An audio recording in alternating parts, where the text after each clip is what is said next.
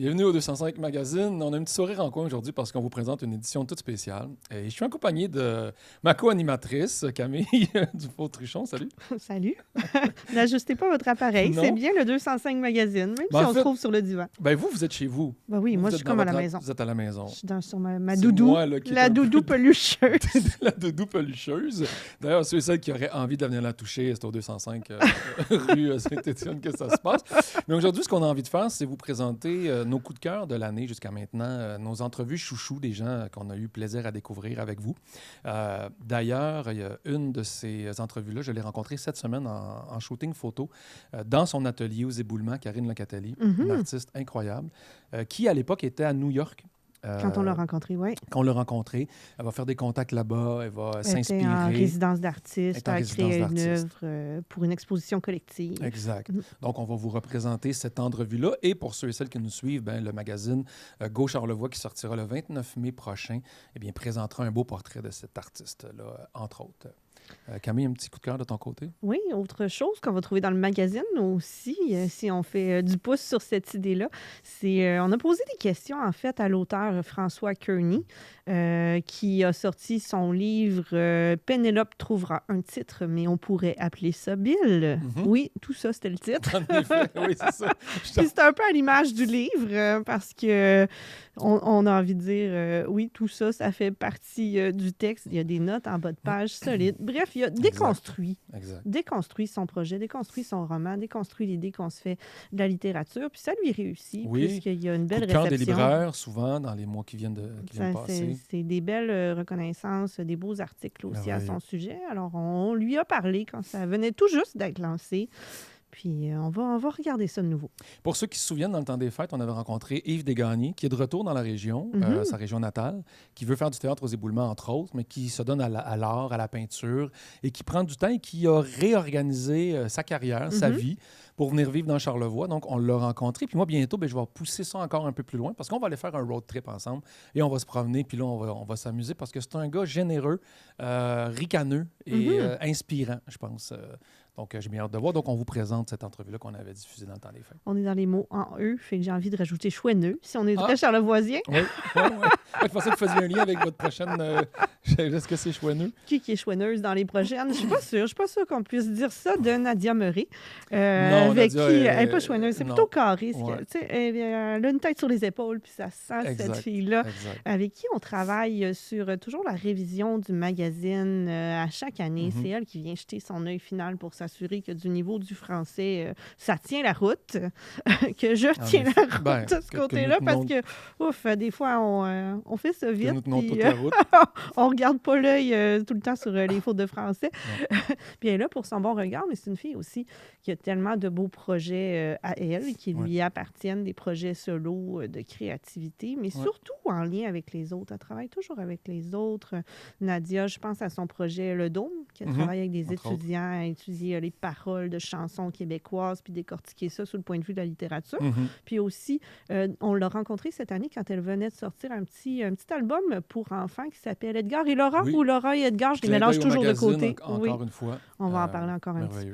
peu. Ça, c'était en lien avec le Géoparc de Charlevoix. Pour ceux qui veulent se sucrer le bec dans le temps du printemps, juste avant l'été, ou tout l'été, ou tout Tout le l'automne, ou temps. tout l'hiver, parce que c'est un produit qu'il faut avoir. Tu sais, moi, il y a un miel d'hydromel que j'ai sur ma table, et j'ai du caramel de Charlevoix, de Catherine Pellicano, qu'on avait rencontré également.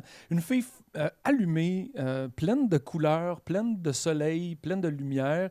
Moi, j'étais surpris, je la connaissais un petit peu, on s'était croisés quelques fois, mais là, en entrevue, on dirait qu'elle rayonnait et elle a des beaux produits. Juste ici, encore une fois, aux éboulements, on dirait que c'est notre destination chouchou. En tout cas, pour vous, là, Patrice, Ben oui, les trois trois étaient aux emplois. éboulements. Mes 3 entrevues employés. Employés, On va c'est vrai. manquer de temps. J'ai pas entendu ça, Donc, moi. Catherine Pellicano pour ce secret de bec et redécouvrir Uh-huh. cette belle artisane du caramel avec une recette de grand-mère, là, presque ancestrale, dans sa famille. Et en terminant, En terminant, on va revoir aussi l'entrevue qu'on a faite avec Angélique Boulet Oui. de l'Auberge musicale pour un instant, mais du festival Festival. pour un instant aussi qui prend place dans le Jardin des Lilas. dont on est partenaire. Oui, c'est ça. C'est à On y sera. Cap-Alègue. Ça aura lieu cette année avec vraiment une belle programmation. Beau temps, mauvais temps, des artistes à découvrir, des chansons françaises, bref, juste du bon. Puis ça va être tout début juin, fille alors on allumée. se met l'eau à la bouche pour aller profiter de tout ça très Petite fourmi, bientôt. Angélique Boulet, Oui. toujours au travail, toujours en Oui, c'est vrai.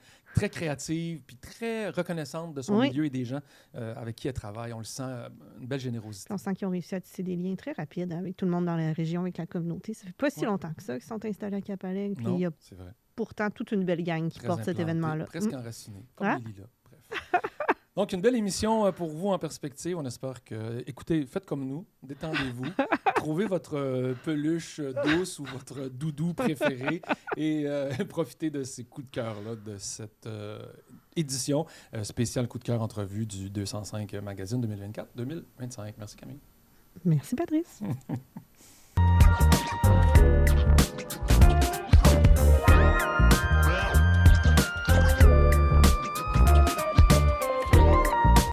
Et nous sommes de retour au 205 Magazine, en direct ici, en studio, du côté de Charlevoix, un peu partout sur la toile, et de la Haute-Côte-Nord jusqu'à l'île d'Orléans. On a le plaisir de se diriger encore plus loin aujourd'hui. Nous sommes en direct de New York avec l'artiste Karine Lecotelli. Allô Karine, bienvenue au magazine. Oh, merci pour l'invitation. C'est un grand plaisir de te recevoir. Merci de l'avoir accepté. Je le mentionne parce que tu le cites toi-même. Ton travail concerne principalement la représentation paysagiste en dessin à l'encre de Chine appliquée à plume sur toile brute. Et c'est bien décrit parce que c'est exactement la réflexion qu'on avait ensemble cette semaine en découvrant ton œuvre, en redécouvrant certaines facettes de ton travail, en disant « Mon Dieu, que c'est beau de voir l'encre de Chine s'appuyer sur une toile brute comme ça, que tu accroches de manière un peu désinvolte. C'est pas toujours encadré, ça fait pas partie toujours d'un cadre. On est un peu en marge dans la manière dont tu présentes ton travail, mais tout ça avec une finesse. Et on parle de la création de tout petits dessins, tout le minuscule, jusqu'à la grandeur des œuvres que tu exposes, qui sont des montagnes et des paysages plus grands que nature. Bref, pour ceux et celles là, qui ne connaissaient pas ton art, pourraient aller le découvrir. Et là, tu es à New York. On le sait, tu es arrivé en 2013 dans Charlevoix. C'est pour ça que tu es une Charlevoisienne d'adoption. Les gens te connaissent ici. Tu as fait plusieurs trucs. Tu t'es commis sur plusieurs expositions, entre autres au MAC de Baie-Saint-Paul. Et aussi, en ce moment, on en a parlé la semaine dernière, du côté du Centre Inouï. Où, non, c'est sa sœur. Ah, c'est vrai. Ah, tu vois, ça, il y a quelqu'un qui m'a dit cette semaine, ne mêle pas les deux. Il dit non, je suis capable de les différencier. Mais il y a quelqu'un. Il y a quelqu'un qui va m'aider. Tu es Ma collègue.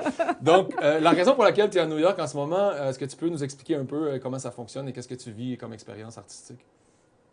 Oui, ben en ce moment, je participe à une résidence de 3 mois à la Nurse Foundation. C'est situé à Brooklyn. Puis, dans le fond, on est 13 artistes internationaux à participer. Puis, on a des rencontres chaque semaine. On a des visites de commissaires, d'artistes du milieu, de gens impliqués. Puis, à la fin, on va faire une exposition tous ensemble. Fait que c'est très motivant, là. C'est vraiment inspirant. Puis, c'est à la fois un voyage qui va au-delà de New York parce qu'on rencontre des artistes d'un peu partout, là. Japon, Chine, Israël. Donc, c'est super varié, là. Corée du Sud, c'est vraiment trippant. Donc, le but premier de ces rencontres-là, c'est justement ce que je viens de dire, c'est la rencontre avant toute chose. Bien sûr, il y aura la création, mais pourquoi on participe? Tu sais, en fait, de quelle manière tu as découvert cet événement-là et qu'est-ce qui t'a interpellé pour y participer? Mais en fait, c'est un événement qu'on dirait qu'à chaque cohorte, il y a toujours au moins un Québécois ou une Québécoise qui participe. Donc, c'est pour ça que j'ai vu ça passer là, sur les réseaux.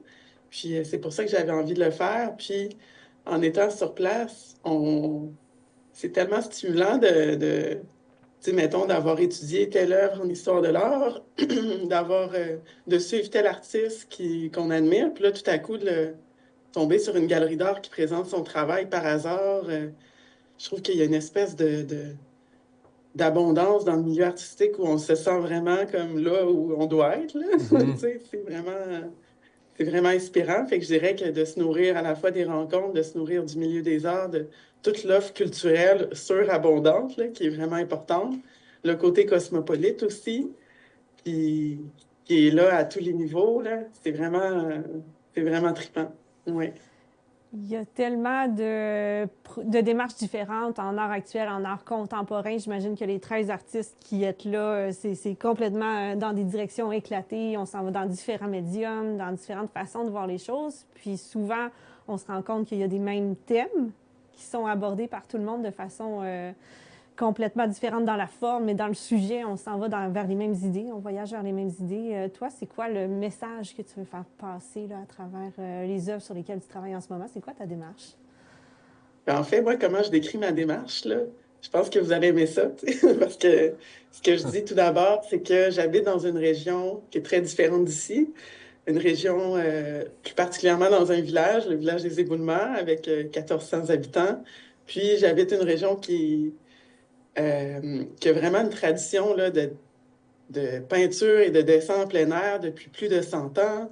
Il y a beaucoup d'artistes qui ont voyagé là, qui faisaient de la randonnée, puis qui faisaient des petits formats en plein air, qui faisaient des grands formats une fois dans l'atelier. Fait que moi, ce que je dis, c'est que je poursuis cette tradition-là, que je cherche à la poursuivre dans une optique de recherche où j'aime ça, justement, être un peu désinvolte, puis présenter des œuvres brutes au sol, au mur, parfois les encadrer, ne pas trop savoir comment je les présente. Jusqu'à ce que j'ai une opportunité d'expo. Donc, de poursuivre cette tradition-là que je trouve infiniment riche, vraiment, puis qui, à mon avis, va toujours être pertinente parce que ça demande un regard, ça demande d'aller sur le terrain, ça demande un regard sensible, ça demande d'être impliqué sur le territoire.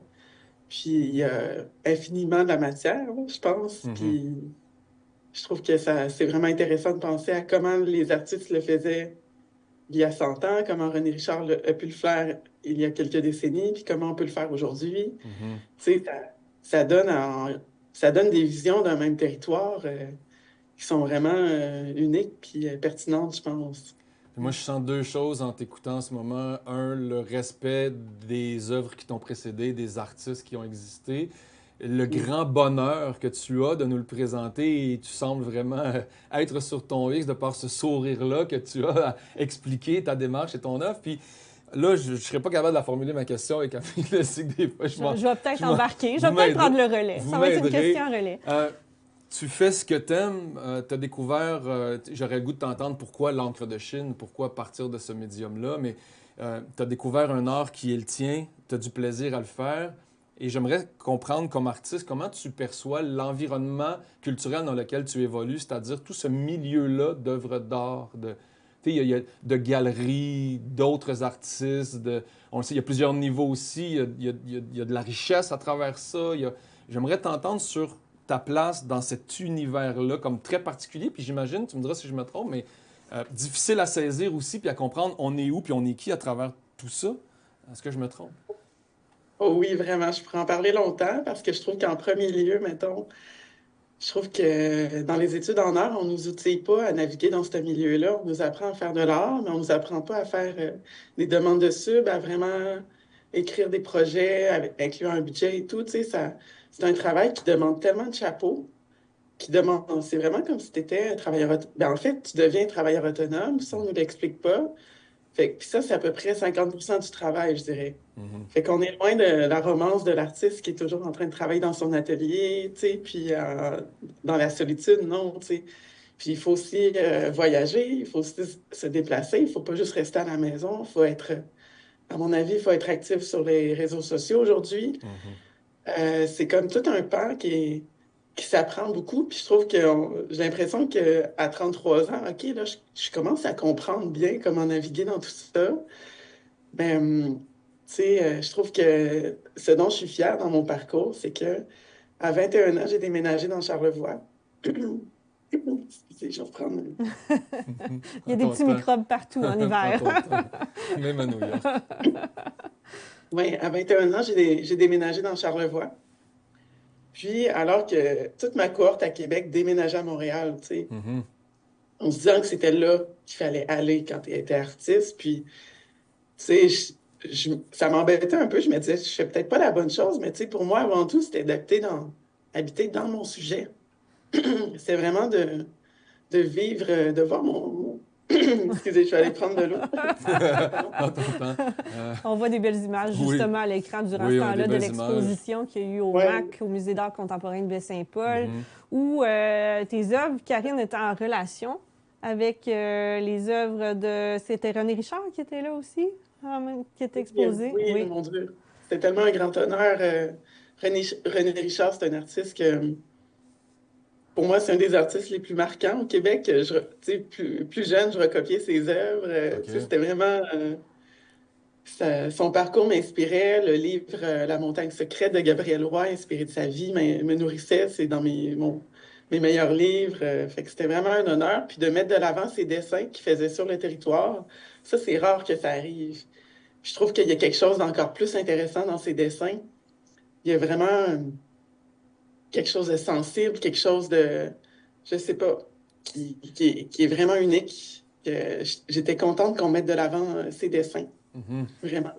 Bien, dans les esquisses, il y a souvent un côté brut, puis plus fait sur le vif, puis qui va chercher de l'émotion peut-être qui est plus pure dans les lignes, dans tout ça. Puis je pense que c'est des idées que tu traduis justement dans tes œuvres qui sont sur toile, comme ça, très brutes, puis sur le travail du dessin plutôt que de la peinture. Tu as fait le choix de faire avec l'encre.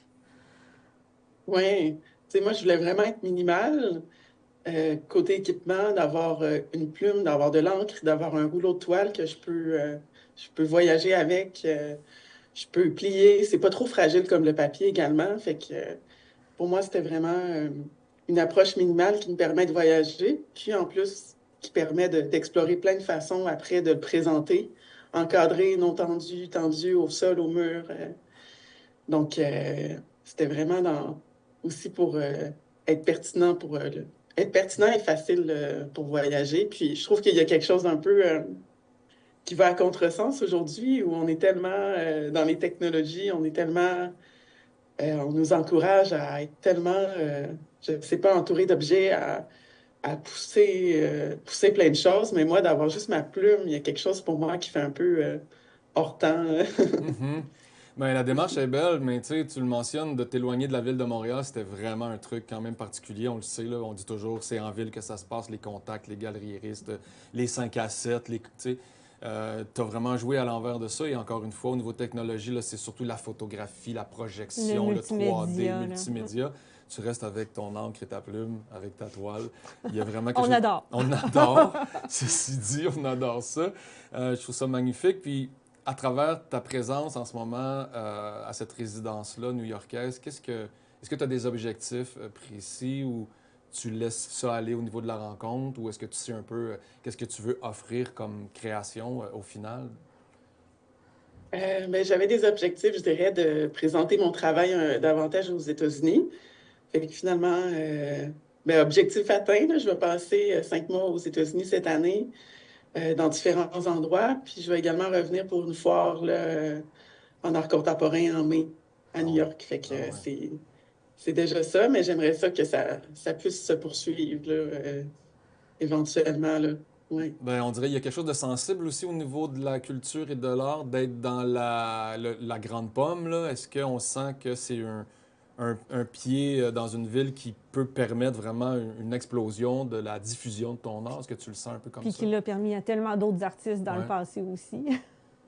Ben, à voir, là, je trouve que c'est un peu vertigineux parce que Oui, oui. tu sais, je vois tellement de ce que je remarque de ma cohorte d'artistes, mes voisins d'atelier, c'est qu'il y a beaucoup de gens qui ont fait leur maîtrise aux États-Unis, mais qui viennent d'ailleurs, puis ils ont tous terminé leur maîtrise, puis là, ils déménagent ici. Pour eux, c'est là que ça se passe, tu OK. sais. Mais tu sais, je vois que c'est vraiment, on est très nombreux, tu sais. Donc, c'est bien particulier, mais je trouve que d'y aller juste de temps en temps, tu sais, de revenir présenter mon travail, je serais déjà... Mhm. Mais déjà, d'être ici, pour moi, c'est vraiment une belle petite victoire, là. Puis Mhm. c'est tellement personnel ce que je fais, puis c'est tellement niché, je trouve, lié à Charlevoix, que de le présenter dans une grande ville comme New York, puis que ça interpelle les gens, ça me touche vraiment beaucoup, déjà. Tu Oui. deviens aussi une ambassadrice de la beauté de la région à travers ton œuvre, là. C'est une facette intéressante également, là, de faire découvrir tout ça à travers Ouais. ton œil et ta création. Ouais, Euh, j'assume vraiment que j'adore la propagande charlevoisienne. c'est excellent. Puis, tu sais, j'ai vraiment l'impression qu'il y a une femme sensible avec une belle humilité aussi à travers ton œuvre, avec une belle confiance parce que tu te commènes puis t'oses y aller en respectant tes valeurs. Je trouve qu'il y a vraiment une belle artiste devant nous aujourd'hui. Puis j'ai l'impression que ça te sied bien. Puis ton plaisir aussi me touche de voir comment ton regard est lumineux à travers cette jungle-là, là, potentiellement de nombre d'artistes et de nombre d'expositions et en même temps d'aspirations que tu pourrais vouloir tout à coup et ça doit te mêler là, à travers ce qu'on veut, ce qu'on peut, ce qu'on a vraiment envie, bref, et les possibilités à travers tout ça. Je trouve qu'il y a un beau bouillon, il y a une belle énergie autour de toi aujourd'hui. Ah, merci. Ben, merci beaucoup, Karine, de ta présence. Puis, je ne sais pas si tu vas probablement peut-être rapporter quelques photographies de cette expérience-là qu'on aura peut-être l'occasion de découvrir avec toi sur le site web ou ailleurs pour bien Oui, comprendre. bien sûr. Oui. Et on se reparle, nous, parce qu'on a envie d'aller plus loin dans la rencontre avec toi là, au niveau de Gaulle-Charlevoix et peut-être... on fait un petit tease. On ferait peut-être un petit tease, ouais, d'aller plus loin et dans la rencontre au niveau peut-être d'une entrevue, mais surtout d'une prise photo dans ton atelier en travail. Ça nous fera vraiment plaisir de découvrir davantage. Merci beaucoup. Bien, merci pour votre intérêt. Plaisir. Ça fait plaisir.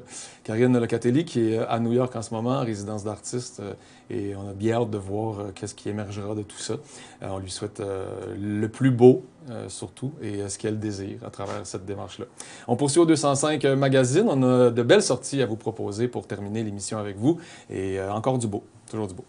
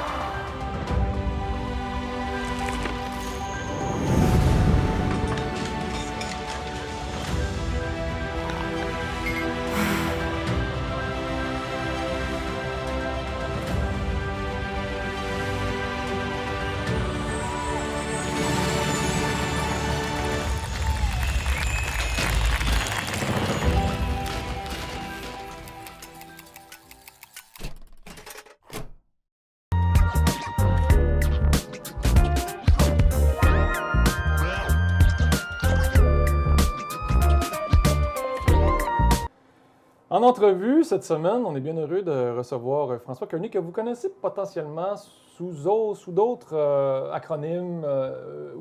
Casquette ou sous sa casquette ou autre nom. En fait, je vous lis ce qu'on en dit, c'est qu'il est littéralement vierge. Bref, impossible de feindre qu'il a déjà partagé sa passion de la littérature comme professeur dans des universités de renom.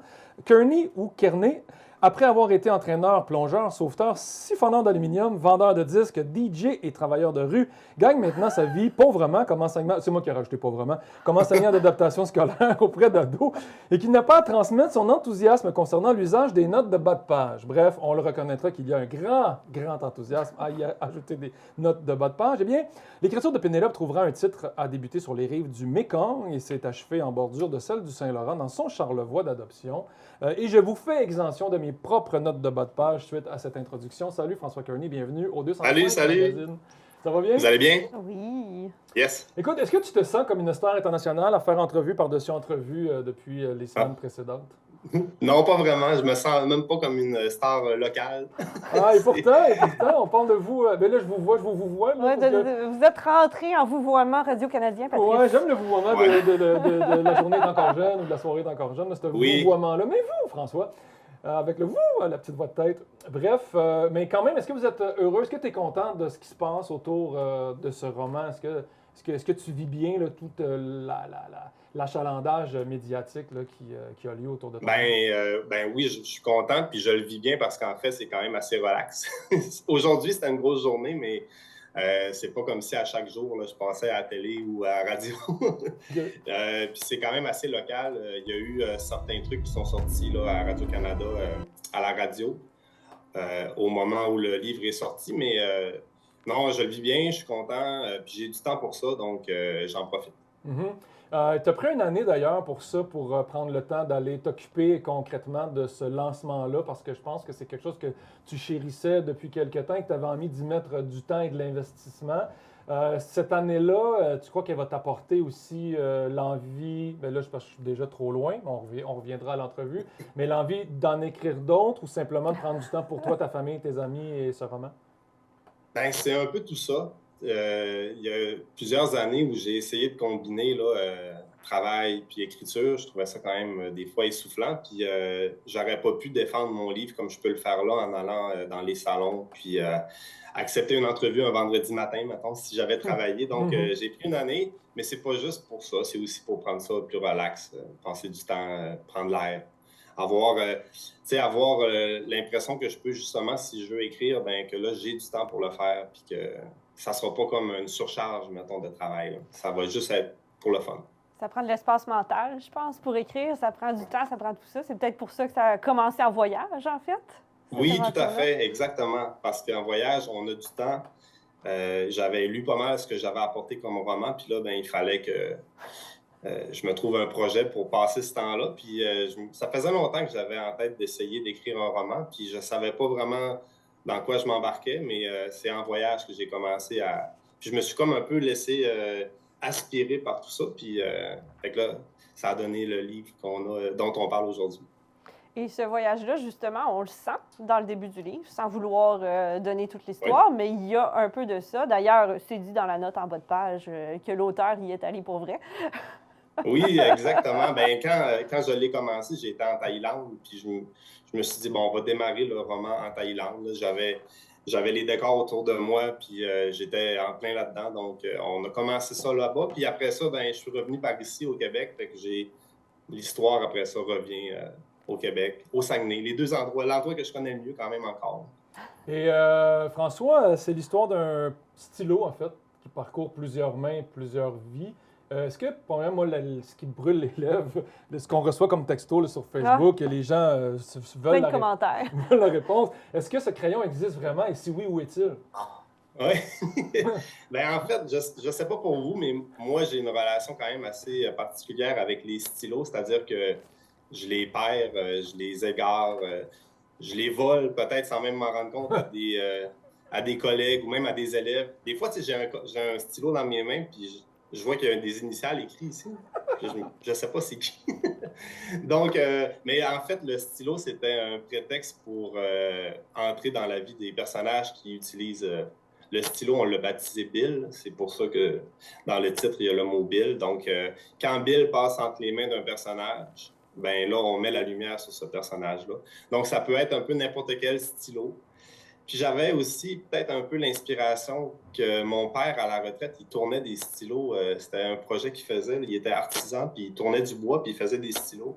Fait qu'il y a peut-être un peu ça aussi qui m'habitait là, quand j'ai décidé de faire un livre qui s'articulait autour d'un stylo. Hein. Oui, ça te permettait une espèce de proximité aussi avec ton père. Puis également, je trouve que c'est une super bonne idée pour sauter de personnage en personnage. Je trouvais qu'en effet, le stylo est un très bon alibi là, pour aller visiter la vie des autres. Puis j'ai envie d'entendre, parce qu'en effet, on le sait, souvent les romans ont des notes de bas de page qui nous donnent une information supplémentaire sur un mot inconnu ou sur une tournure de phrase ou sur un truc qu'on veut D'habitude, c'est assez limité. Il y en a peu.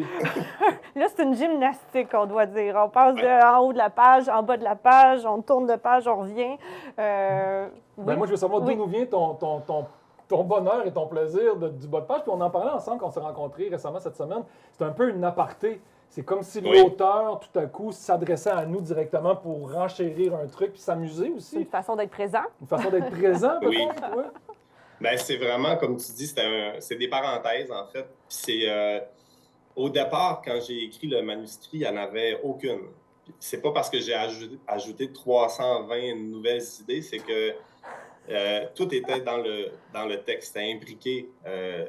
Puis, il y avait un personnage qui est comme le narrateur qui voulait à tout prix donner son opinion sur plein d'affaires, puis souvent se moquer soit de l'auteur, soit de l'éditrice ou des personnages. Puis, quand c'était dans le texte, ça devenait peut-être un peu lourd. Donc, on a eu l'idée à un moment donné de donner comme une place au narrateur pour qu'il puisse s'exprimer en note de bas de page. Donc, à chaque fois qu'il y a une note de bas de page, comme tu disais, c'est pas, dans mon roman, c'est pas pour aller chercher une information là, critique et super importante, c'est plus pour aller lire des choses qui amènent une deuxième couche de lecture, mettons, parce que c'est plus là, mettons, qu'il y a un petit côté humoristique ou un côté moqueur. Puis c'est un peu aussi une façon, je pense, d'être en coulisses de l'écriture du livre, parce que il y a comme un... Tu sais, tout ça part un peu de ce qui se passait dans ma tête, là, mais avec mon éditrice aussi, des fois, il y avait des commentaires, puis on se disait, bon, on va les utiliser. Des fois, il y a matière à rire de ça aussi. Oui, Camille, parlons-en de cette éditrice qui a son nom en couverture. Pénélope trouvera un titre, mais on pourrait appeler ça Bill. Moi, j'ai le goût de dire Pénélope est courageuse aussi. Elle a de l'audace. Oui. C'est chez Hurlante Éditrice que ça se passe pour ce livre-là. Puis, c'est d'ailleurs dit dans la première page là, d'être trop porté sur les digressions. Tu es trop porté sur les digressions en tant qu'auteur. Pénélope a quand même lancé ce livre-là, assumé jusque dans le titre. Je salue son audace parce que c'était quand même peut-être audacieux là, de sortir un livre comme ça. Il y a comme plein de choses qui sortent de l'ordinaire, mais c'est vraiment son genre. Elle encourage ce genre de livre-là. Puis j'aime beaucoup travailler avec elle parce que, tu sais, elle publie de la poésie, elle fait de la place à des choses qui sont peut-être un peu plus humoristiques aussi. Puis elle a même accepté justement qu'elle est devenue un personnage dans mon livre. Un titre, mais aussi parce qu'elle s'appelle Pénélope Jolicoeur. Mais je me suis aussi permis des fois de la taquiner là, à l'intérieur même des notes de bas de page. Mais tout ça est correct, elle a accepté, puis c'est une bonne joueuse. On brise un peu le troisième mur, en fait, comme en théâtre. Hein? On a accès à l'éditrice, on a accès à l'auteur, on a accès au rouage de qu'est-ce qu'un narrateur, de plein de choses comme ça. Oui, c'est ça. C'était un peu ça le but, là. Mais on le sait, tu as fait un coming out il y a quelques jours, on en parlait. Il y a un groupe Reddit, d'ailleurs, qui parle de toi. Hein. Sur Reddit, là, c'est une plateforme où les gens se rassemblent pour discuter d'un sujet commun. Et là, on criait haut et fort qu'à la radio de Radio-Canada, on a découvert qu'il était grand talent. Donc, l'écriture, pour toi, c'est pas nouveau. C'est nouveau en tant que François Kearney, mais c'est pas nouveau en tant que le personnage que tu incarnais avec grand talent. Sur le web québécois, personnage du web québécois. Exact. On peut dire ça. Radio-Canada l'ont dit, elle dressera toujours la culture. Puis longtemps sur Facebook, ton PFK n'était pas connu parce que tu te faisais des critiques virulentes sur la région, sur des sujets qui concernaient les gens. Et là, comment on se sent à nu? C'est la première fois où là, vraiment... on s'assume. C'est dur à mesurer parce que je pense que dans la région, c'était un secret de polichinelle un peu. Il y en a plusieurs, en tout cas. Je sais qu'il y en a qui n'étaient pas au courant du tout. Là. Genre, mon voisin d'en face ne savait pas que j'étais derrière le personnage de Grand. Mais j'étais rendu là, puis mon personnage, je l'avais un peu délaissé. Okay. Donc, puis là, je ne voulais pas publier ce roman-là sous un pseudo. Je voulais l'assumer parce que j'en avais publié 2 avant sous le nom de Grand Talent, mais ça devenait compliqué, là, les lancements, les salons du livre. On a essayé, je suis allé déguiser, on a essayé plein d'affaires. Non! Oui. Donc, puis là, ça faisait en sorte aussi qu'on rejoignait plus de monde si les gens, c'est comme si on mixait un peu mes 2 comptes ensemble pour que... Donc, c'est ça. Puis c'est Radio-Canada qui a dévoilé la nouvelle suite à une chronique sur Bill. C'était correct, on était au courant là, que les médias le savaient et que ça allait sortir. Est-ce que ça va te manquer, un personnage masqué? Est-ce que c'est quelque chose que tu vas voir? Quand même, oui. Oui, il y a quelque chose qui il n'est pas tout à fait mort. Je n'ai pas encore réussi à me convaincre de fermer la page. Okay. Mais ça va me manquer, sauf qu'en même temps, j'avais fait un peu le tour de ça. Mais c'est vrai que c'est là que j'ai fait mes premiers pas, on va dire, en littérature, parce que c'était un personnage, mais pour moi, c'était plus une expérience littéraire d'essayer de... Donc, ça m'a aidé, ça m'a sûrement inspiré aussi. Ouais. Puis, ce que je trouve intéressant, puis je le mentionne juste comme ça à titre un peu plus personnel, mais c'est que l'homme que tu es dans la vie, tu es quelqu'un de très calme, ou en tout cas, ce que tu dégages par là. François, il y a une certaine timidité, tu n'es pas celui qui va prendre le plus de place dans un groupe, et pourtant, quand tu te commets de manière littéraire, c'est vraiment Mr. Jekyll et Mr. Hyde. Là, c'est un alter ego. C'est Zorro, là. Ouais, ton alter ego est très... C'est Batman. Oui, c'est Batman. C'est ça. Fait que, ça, j'adore ça de toi. Puis je me dis, peut-être que j'ai comme l'impression qu'on va peut-être voir glisser à travers l'homme un petit peu plus ces personnages-là de manière transparente et publique, entre guillemets. Là, je le sais pas. On a eu un petit timide, là. Ouais, je sais pas, mais c'est sûr que c'est mon moyen de communiquer. L'écriture, c'est la façon que je préfère de communiquer. Comme tu disais, j'ai tendance à être plus réservé ou plus timide en public, mais quand c'est le temps d'écrire, je me laisse aller. J'aimerais ça être capable de toujours me laisser aller comme ça, mais parce que par l'écriture, c'est plus facile. Oui, en effet. Je comprends ça. Oui, en effet. Une autre comme ça, moi. En effet, ou en je passe mes oui. messages. Non, mais moi, je passe mes messages par écrit quand j'ai quelque chose à demander qui me gêne. C'est un message qui arrive. C'est pas un... Moi aussi. Pareil. C'est plus facile. Oui. Donc, en fait, ce qui va être intéressant pour les gens, c'est de découvrir tout ton univers, ta couleur. Et là, même tu le mentionnes, tu t'intéresses un peu au travers des gens et à notre côté un peu plus, pas sombre, mais plus tuage du quotidien. Tu sais, sans aller dans quelque chose d'excessif, je pense que tu flirtes avec nos petits écarts, nos petits croches, nos petits complexes, nos habitudes un peu désagréables. Ou en tout cas, tu surfes sur ce monde-là dans nos relations aussi. Qui nous met à nu nous-mêmes, où on peut se reconnaître dans plusieurs situations. J'ai l'impression que c'est un livre qui s'adresse à tous et toutes aussi, parce que selon les personnages, tu peux y tirer une reconnaissance envers ta propre sur réalité. Un trait ou sur un ou autre, des gens que tu connais. Là, ben, c'est sûr que c'est ce que j'aime le plus, aller essayer de gratter. On a toute une partie sombre, une partie même des fois, peut-être, je n'irai pas jusqu'à dire honteuse, mais moins glorieuse. Ouais. Puis moi, c'est ce que j'aime découvrir chez les gens, le côté, dédramatiser des fois des situations parce qu'on vit tous des moments où on est moins fiers de soi. Puis je laisse à d'autres le soin de raconter des histoires glorieuses de gens que tout va bien, mais moi, j'aimais bien aller gratter un petit peu où ça fait mal, mais en rendant les personnages quand même humains. Je pense il n'y a personne là-dedans qui est complètement à côté de la traque. On peut se reconnaître un peu dans tous ces personnages-là, mais c'est ce qui me fait rire aussi. J'ai toujours eu tendance à préférer les films où il y avait des losers ou les trucs où il y avait de l'humour noir. Donc, c'était naturel pour moi d'aller vers ça en écrivant aussi. Camille? J'ai le goût de mentionner l'usage du stylo Bill ou Bill. Peut-être qu'on va appeler ça stylo Bill. Ça serait le fun que ce soit un mouvement social au Québec. Ça paraît que vous ne l'avez pas lu, Patrice. Mais non, mais c'est comme le constat des premières pages. C'est un stylo Bill. Mais pour la belle couverture, j'ai le goût de faire un clin d'œil à Francis Desharnais qui a fait l'illustration. Puis il se retrouve aussi à l'intérieur des petits bouts gribouillés à la main, des petits dessins, des petits tout ça. On suit Bill même visuellement dans le livre. Ben oui, Francis a accepté de faire la couverture. Moi, je le suivais parce que c'est un BDiste que j'aime beaucoup. Puis on lui a laissé carte blanche. Il a lu le livre, puis il s'est inspiré. Il a pris un stylo, il a fait la couverture au stylo. Mais à l'intérieur, c'est pas lui. Les traces qu'on voit. C'est ton écriture à toi? C'est des amis à qui j'ai demandé d'incarner des personnages. Donc, c'est pour ça qu'il y a des mains d'écriture différentes. Moi, je sais qui a fait quoi, mais... Puis c'est pas mal. Il y en a un qui rit. Avez-vous votre main, Patrice, là-dedans? J'ai écrit sur Facebook. Je viens de me dire. Non, mais là, je viens de me dire, je peux pas croire que j'ai pas reconnu l'écriture à Patrice. Non. Mais tu sais, il y a un dessin que les gens pourraient penser que c'est moi. Dans le coin en bas. On laisse ça aller. C'est tout le temps mon genre de dessin. Je fais ça partout. Je lui ai montré ce matin. J'ai dit, regarde, Patrice. Donc, ceux qui sont intéressés à découvrir quel serait mon dessin, allez vous procurer le livre de maintenant. Sinon... Ah, la réalisation vient d'être... Sylvain vient de nous mettre une photo avec l'encerclé. Les gens ont découvert. Ça a été dévoilé. Seigneur, vous ne serez plus un personnage masculin non plus, Patrice, comme ignore en honte.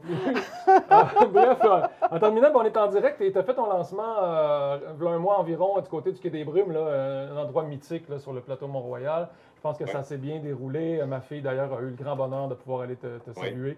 Et là, ça se déroule ce soir. Pour ceux qui nous écoutent en direct, ce sera trop tard, mais je pense que même c'est sold out, les billets, c'est pas mal. La partie à la bibliothèque, c'est ouvert à tous. Okay. Il va y avoir, je pense, un va-et-vient. Après, on poursuit à l'auberge où il y a un spectacle, là, c'est complet. Mais à partir de 17h, mettons, de 17h à 18h à la bibliothèque, C'est ouvert à tous. Moi, je vais être là, puis on va avoir des romans avec nous, puis mon éditrice Pénélope va être là aussi. Oh. Oui, elle va lire des extraits, tu m'as dit également. Oui. Semble-t-il qu'elle a une belle beau façon, verbe. un bel oratoire. Puis je termine, Camille, tu continueras, mais parce que j'ai le goût de dire, ceux qui voudraient aller à la secousse peuvent aller sur une page Facebook, quelque part, un groupe, et remplir un sondage vraiment le fun. Vraiment facile. Écoute, c'est un inside, mais il y a eu un sondage. C'est devenu épique. On en a entendu parler cette semaine. Grandiloquent. Oui, je pense que c'est pas ma force, les sondages. Ah non, mais écoute, moi, là, j'adore ça, comment t'as l'idée ça, parce que j'avais jamais vu ça, un groupe, entre guillemets, qui se prend pas au sérieux, mais en même temps qui ramasse l'information. Et tout le monde a embarqué dans cette espèce de trip-là complètement. On voit qu'on a une belle gang. Et absolument, il y avait une belle gang sur ce groupe-là autour de. Pour quelque chose d'un peu moins hermétique, pour les gens qui nous écoutent de partout, tu seras présent dans plusieurs salons du livre aussi prochainement.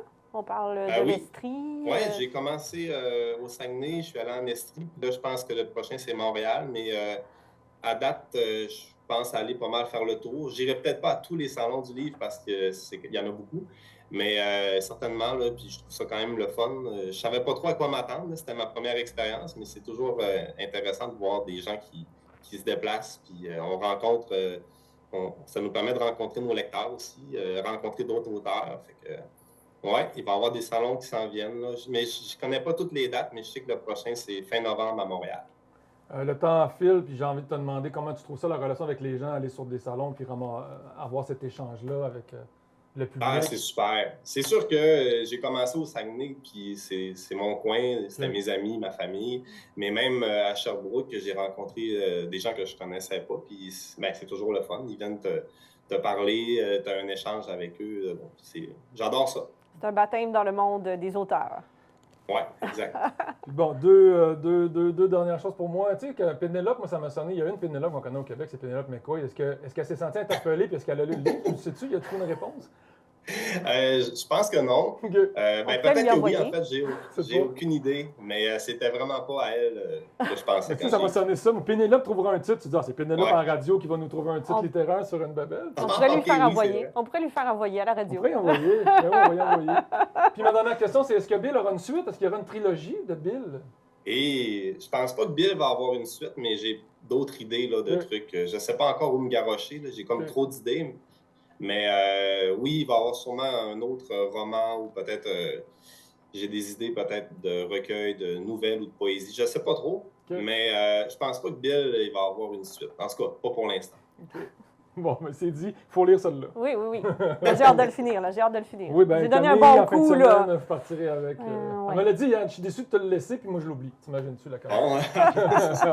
Donc, bref, tu crées le désir et l'envie.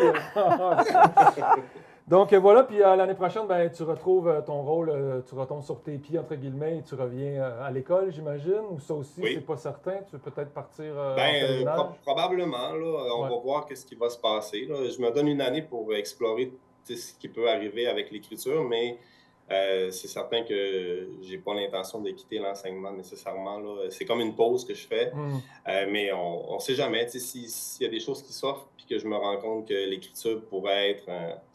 Mais ce qui est difficile, c'est combiner les deux. Il faut que je me commette d'un bord ou de l'autre. Mais les jeunes t'aiment tellement. Je le sais que tu as une belle relation avec la gang. Puis ton humour, je pense, est contagieux avec les gens avec qui tu te tiens.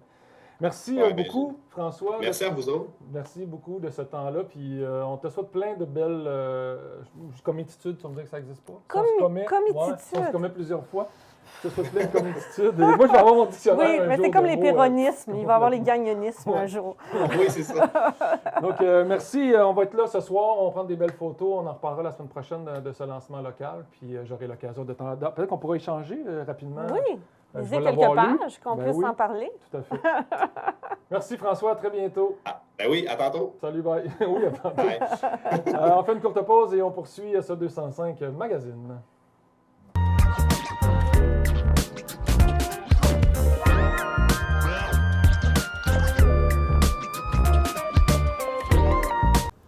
Bien, je pense qu'un bon personnage, c'est...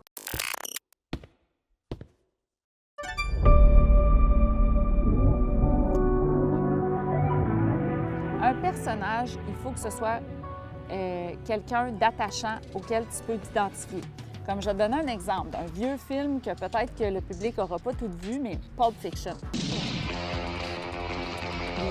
Des tueurs à gages. Avant la première scène où on les voit faire leur contrat d'aller tuer des gens, ils parlent du Big Mac. Et là, tout le monde peut s'identifier à leur conversation. Ils parlent de au jour le jour. Ça, tu t'attaches à eux et après ça, tu peux les suivre dans n'importe quoi. Donc, un personnage attachant, ça ne veut pas juste dire un personnage gentil, ça veut juste dire un personnage qui a quelque chose que tu peux rattacher à toi.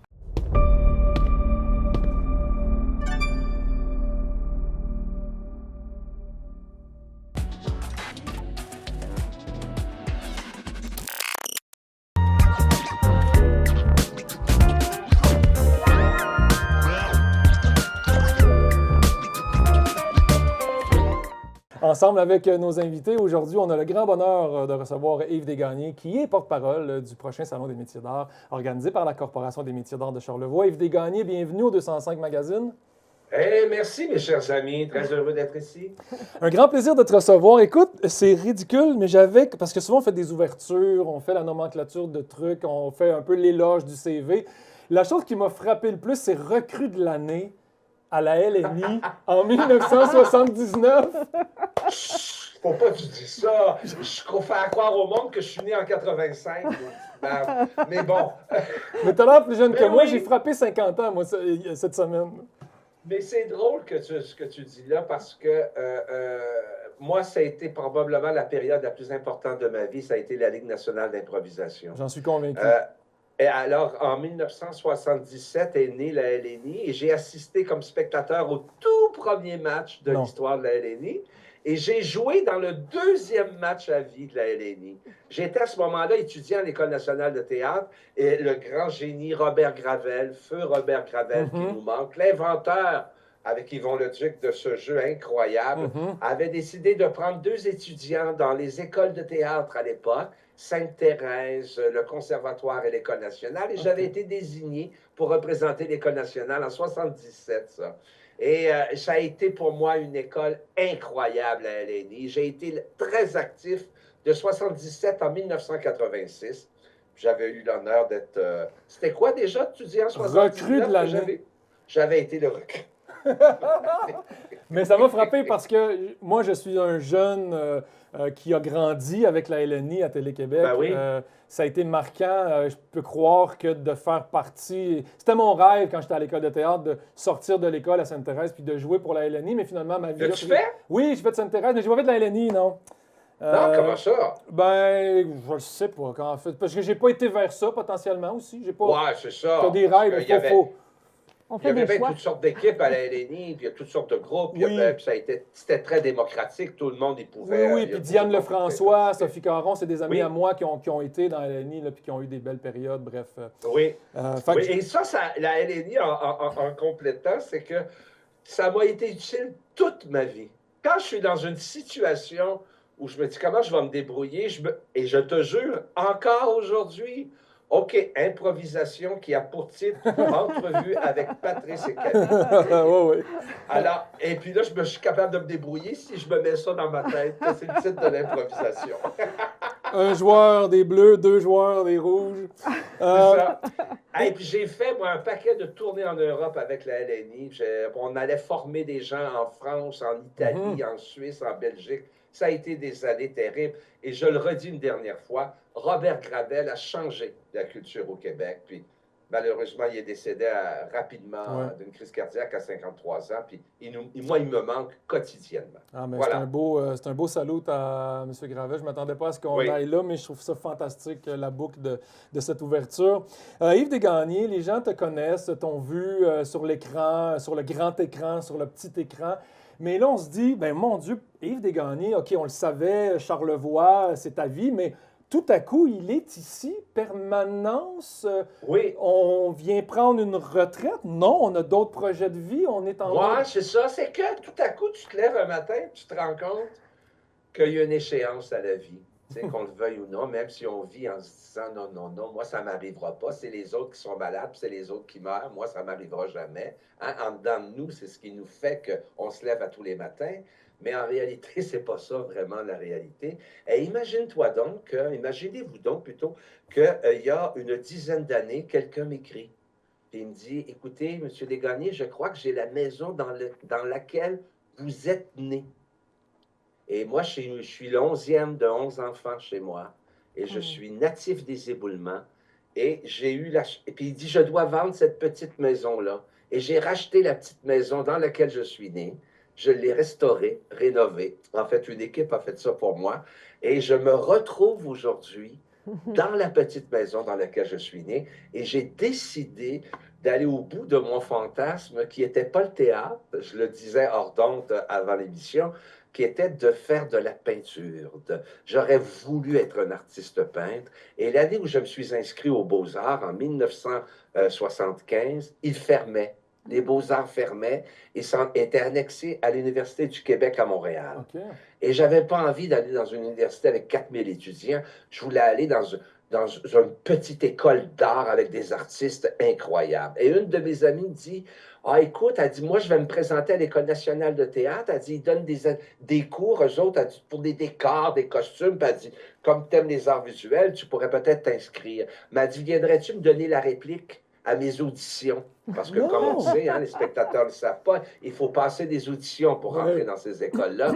Et pour faire une histoire courte, je suis allé donner la réplique et le jury m'a dit, jeune homme, si vous voulez vous présenter, on va vous accepter. J'avais 16 ans. Juste par curiosité, qui était là? André Brassard, qui était présent? C'était Michel Rossignol, Roland Lepage, M. Bedonden, là, si on se souvient quand on était jeune de Larry Boulding. Oui.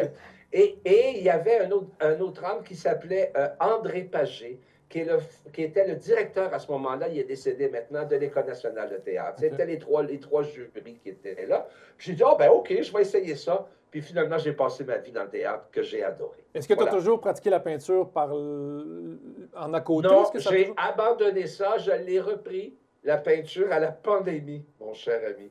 Fallait s'occuper. Parce que j'ai jamais arrêté. J'ai fait toutes sortes d'affaires. Moi, le jeu m'a intéressé, puis j'ai été chanceux. Je vais vous le dire, j'ai été chanceux. On m'a proposé des téléromans. Moi, j'ai été à la télévision pendant 25 ans, toutes les semaines, mon cher ami. Mais ce que j'aimais le plus, c'était de faire des mises en scène, parce que là, ça satisfaisait mon côté d'art visuel, avec les éclairages, les décors, les costumes, etc. Et j'ai enseigné aussi, puis j'ai été directeur de l'École nationale pendant plus de 25 ans.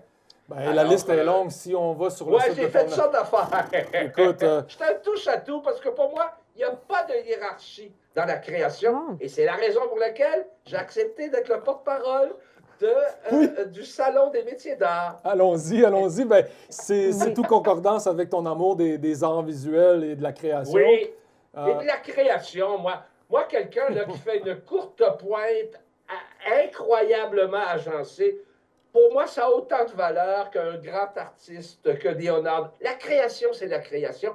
Et, je le répète, il n'y a pas de hiérarchie dans la création. Un sculpteur, un ébéniste, puis un grand sculpteur, c'est pas parce que tu es connu que tu as plus de talent que quelqu'un qui n'est pas connu. Alors, voilà. Alors, c'est pour ça que je suis très fier, très heureux je vais aller découvrir donc tous ces artisans. Il va y avoir 25 au moins exposants et artisans. Donc, j'ai hâte. Puis ils m'ont proposé ça. J'ai dit certainement, je suis l'homme de la situation. J'ai l'impression qu'il va y avoir de belles rencontres humaines aussi à travers ce salon-là, au-delà de découvrir ce que les gens font. Je pense que ça va être important. Puis le site aussi, c'est au Café de la Gare, toute vitrée, qui est un superbe site au bord du fleuve. Fait que, j'invite évidemment tout le monde à venir, mais même le monde qui nous écoute à l'extérieur de Charlevoix, de venir faire un petit tour dans les vacances. 22, 23 et 24 novembre. 22, 23, 24 novembre, en effet. Et il y en a du talent dans Charlevoix. Nos artistes, artisans, j'imagine que tu as eu l'occasion avec Annick de regarder un petit peu qu'est-ce qu'il y a dans le répertoire, puis que tu t'y intéresses probablement déjà d'emblée. Oui. Je suis proche de ça. J'aime les créateurs. Je pensais l'autre jour tu vois, j'ai rencontré un gars formidable que vous connaissez sûrement qui s'appelle Jean-François Lettre. Jean-François Lettre est un sculpteur, un artiste qui fait des meubles incroyables. Puis j'ai dit, Jean-François, viens. Puis il est venu faire chez moi une belle bibliothèque. Écoute, c'est incroyable depuis la pandémie. Peut-être que vous sauriez mieux me le dire. le nombre de personnes qui quittent les grandes villes pour s'en venir ici, dans la région. Oui. Il y a un véritable exode. Est-ce que vous le sentez de votre côté? Je pense que oui. Ben, moi, je suis issu de cet exode-là, évidemment, un petit peu de Montréal depuis 22... T'es arrivé quand, toi, Patrice? 2003. En 2003, ça fait quand même longtemps que tu es ici. Oui, 22 ans, mais c'était plus rare au moment où moi je suis arrivé. Là, je le sens qu'il y a beaucoup de gens qui viennent des autres villes du Québec. Et là, d'ailleurs, hier, c'était le forum sur l'immigration. On sent également qu'il y a un mouvement des immigrants dans Charlevoix, des nouveaux arrivants là, qui cherchent à prendre une place. Et faut faire de la sensibilisation aussi pour défricher ça puis laisser de la place là, en termes d'accueil. J'ai envie de faire un lien, c'est comme une courte pointe.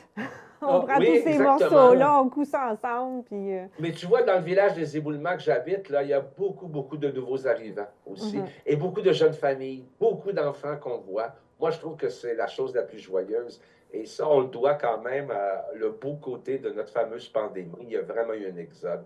Moi, j'ai habité toute ma vie le centre-ville de Montréal. Et là, ça fait 1 an que je suis citoyen permanent ici. Et me lever le matin, puis regarder le fleuve, puis regarder l'île aux coudes, là, c'est un tel bonheur. Et tu sais, s'approcher de la nature, c'est jamais une erreur. Ça guérit de tout, la nature.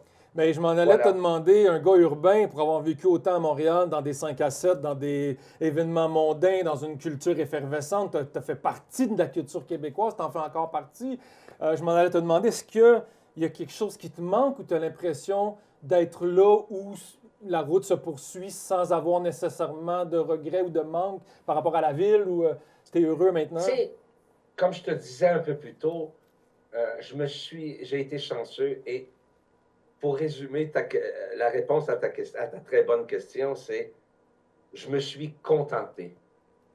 J'ai voulu être comédien, ça a marché, puis j'ai eu des beaux rôles. J'ai voulu être metteur en scène, ça a marché, les théâtres m'ont fait confiance. J'aimais ça, moi, travailler avec les jeunes. J'ai été directeur de la section d'écriture dramatique, donc la formation des auteurs dramatiques. Je me suis contenté dans tout ce que je voulais faire. Et je vais te dire officiellement, je vais te faire une déclaration officielle avec une grosse voix. On a eu un petit lag à l'image. Je ne m'ennuie de rien. Et non seulement ça, je vais vous dire quelque chose, mais dites-le pas à personne. J'ai quasiment aucun souvenir d'avoir habité Montréal, tellement que ma vie est comblée ici. Mais même... Oui, excuse-moi. Non, mais je trouve ça fantastique, qu'est-ce que tu dis, parce que moi aussi, les gens me disent « Ah, t'es un gars de plateau, j'étais célibataire à l'époque, un gros chien, je faisais des petites auditions, j'avais une petite carrière très légère en ville, mais tu sais, j'existais... Ce qu'il dit pas, Patrice, c'est qu'il était un acteur très apprécié, puis il a travaillé avec Brigitte Henquette, etc. C'est un acteur formidable, ce cher Patrice. Continue donc. Je m'attendais pas à de tels bons mots, Yves. Il va être ému, non, mais là. c'est vrai. Non, mais tout le monde dit « Ah, Patrice Gagnon, tu es considéré comme un très bon acteur, mon cher ami. Puis peut-être que tu as été impatient, puis tu n'avais pas les rôles que tu voulais, puis tu es parti vite. Peut-être qu'il est en amour. Peut-être aussi que c'est ça aussi, tu sais, exactement. Ben écoute, dans le road trip qu'on fera ensemble, on aura l'occasion d'échanger. Mais ce que je voulais dire, c'est que finalement, pour un gars qui était jugé très montréalais, très plateau, qui ne serait pas capable de vivre en région, et même j'ai beaucoup de collègues à Montréal, beaucoup d'amis que je n'aimerais pas, qui sont comédiens, qui me disent qu'ils ne comprennent pas comment ça se peut, qui ne saisissent pas comment tu peux venir vivre en région. Tu mets un croix sur ta carrière, tu mets une croix sur plein de trucs, mais c'est tout le contraire. J'ai jamais été aussi heureux. Tout le contraire. Tout le contraire. Puis on a un char, là, si on vraiment... Hey, sais-tu quoi? Je suis pas allé à Montréal depuis le mois de mai. Ça veut dire qu'on se contente, comme tu disais. On trouve le contentement, on trouve le bien-être. Ça vient passer la fin de semaine pour faire quoi? Du tourisme? Non. Non, j'adore ma vie ici. Puis je suis en train de me faire un nouveau réseau de contacts, des nouveaux amis. Moi, j'aurais voulu partir un restaurant dans ma vie. J'adore cuisiner. Alors, je cuisine des affaires. Non, je me suis dit, fais-toi une belle vie dans ton dernier droit.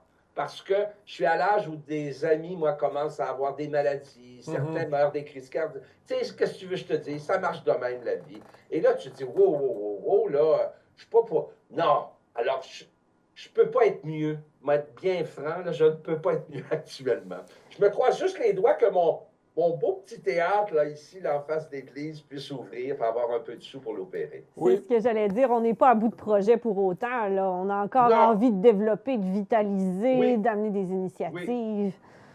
Oui, tu as bien margé. Je suis en train de préparer, je vous donne un petit scoop, mais Ça fait longtemps que je n'ai pas joué comme acteur au théâtre. Puis moi, c'est ce que j'aimais plus que la télévision, c'était de jouer au théâtre. J'aimais ça. Ça marchait avec mon corps, avec ma nature. Puis on est en train de préparer peut-être un projet de jouer en duo avec Maude Guérin. Actrice Maude Guérin.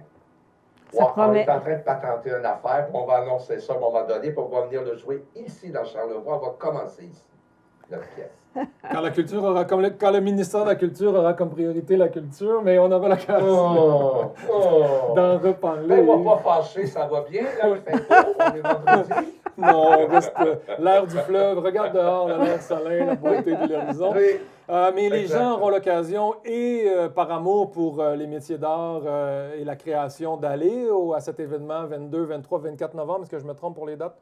C'est bien ça? Ouais, c'est exactement ça. Et puis, le 22, ça commence à midi. Et moi, je vais être là pendant les 3 jours. Alors, il paraît que je vais avoir un micro. Puis moi, qui est placoteux, je vais poser des questions à tous les artisans.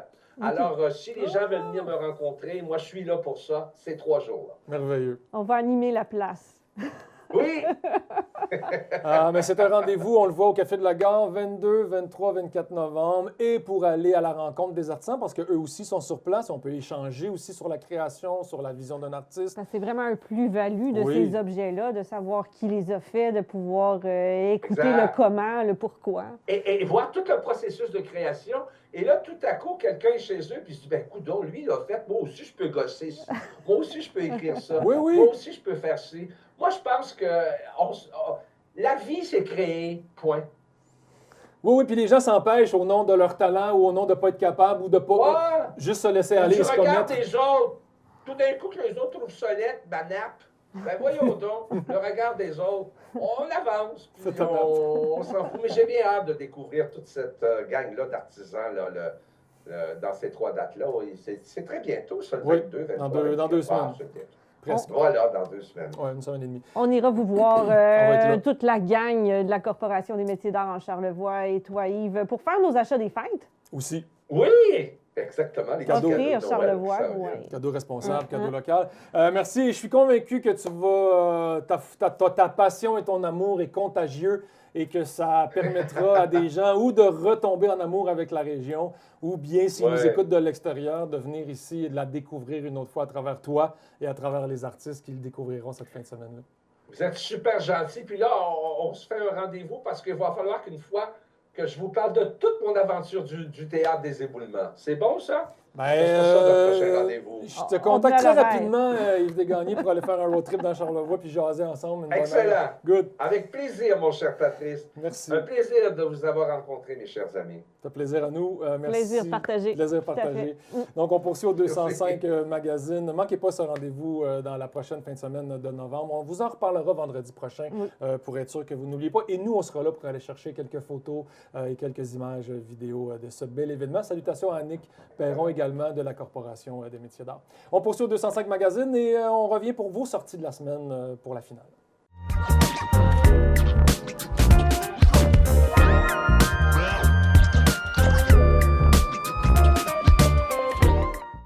Les éléments clés d'un bon scénario.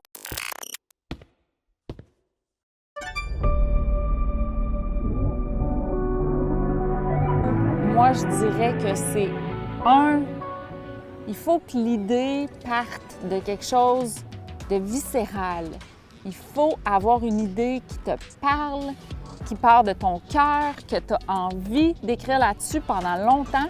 Parce qu'un scénario, c'est pas juste de l'écriture, c'est de la réécriture constante. Ça prend une bonne structure parce que la structure, c'est vraiment ça qui va faire que l'histoire va se tenir. Et après ça, bien, ça te prend des bons personnages, des bons dialogues.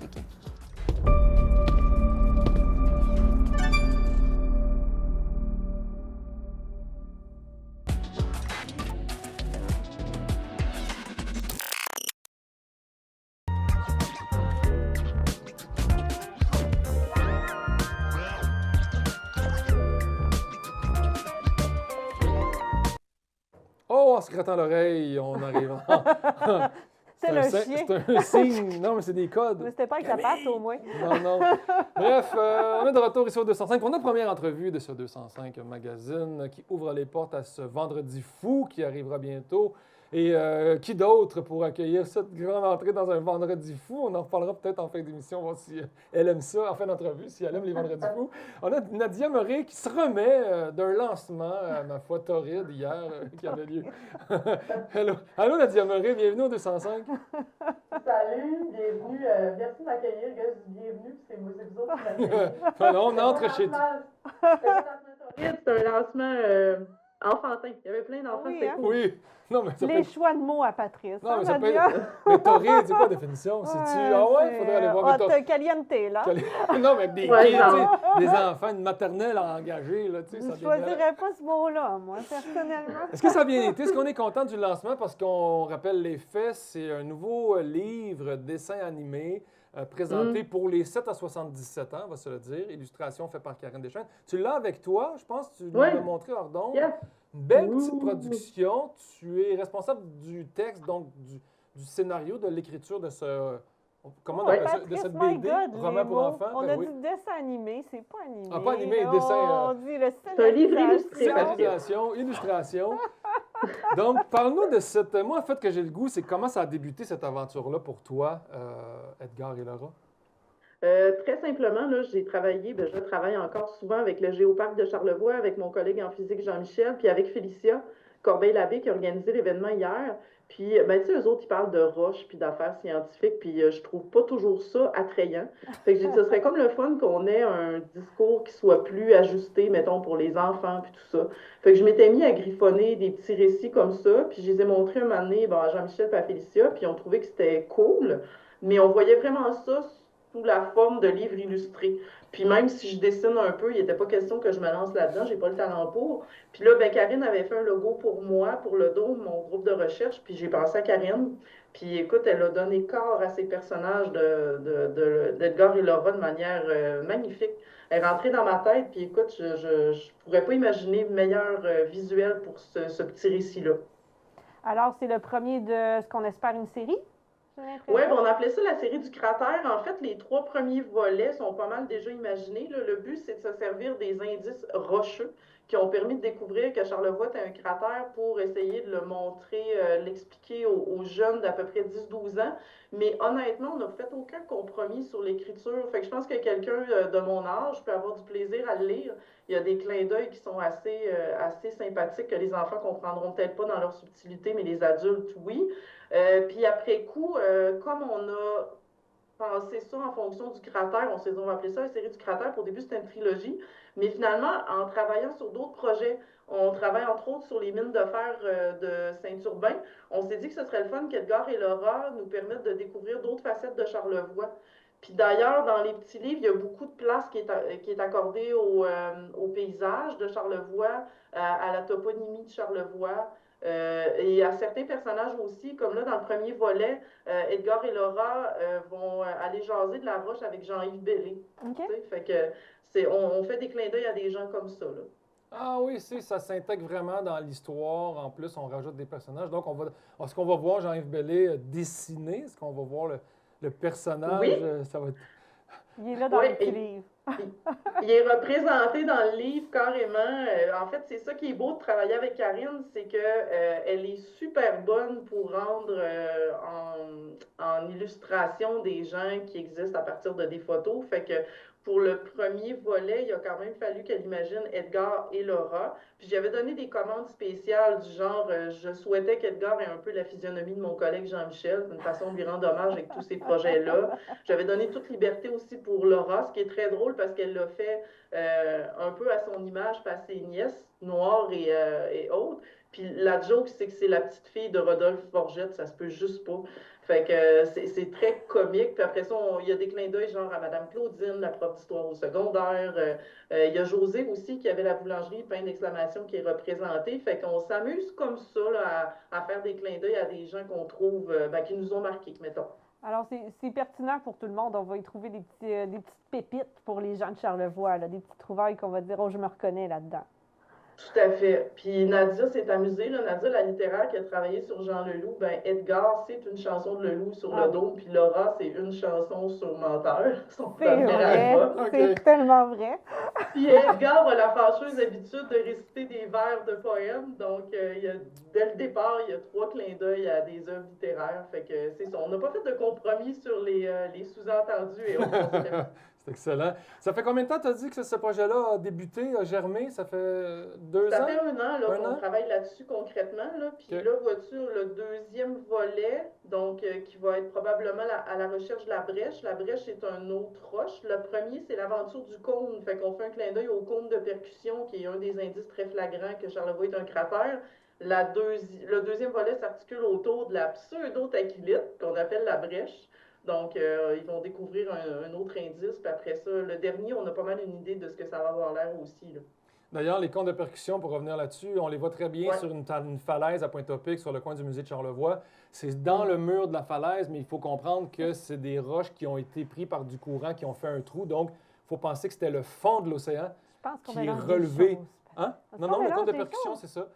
Ça, c'est les marmites. Oui, c'est les marmites. C'est quoi les cônes de percussion? Le cône, c'est une seule roche, je pense, qui a été trouvée. Oui. C'est possible. C'est à Saint-Hilarion, c'est les images qu'on a prises à Saint-Hilarion.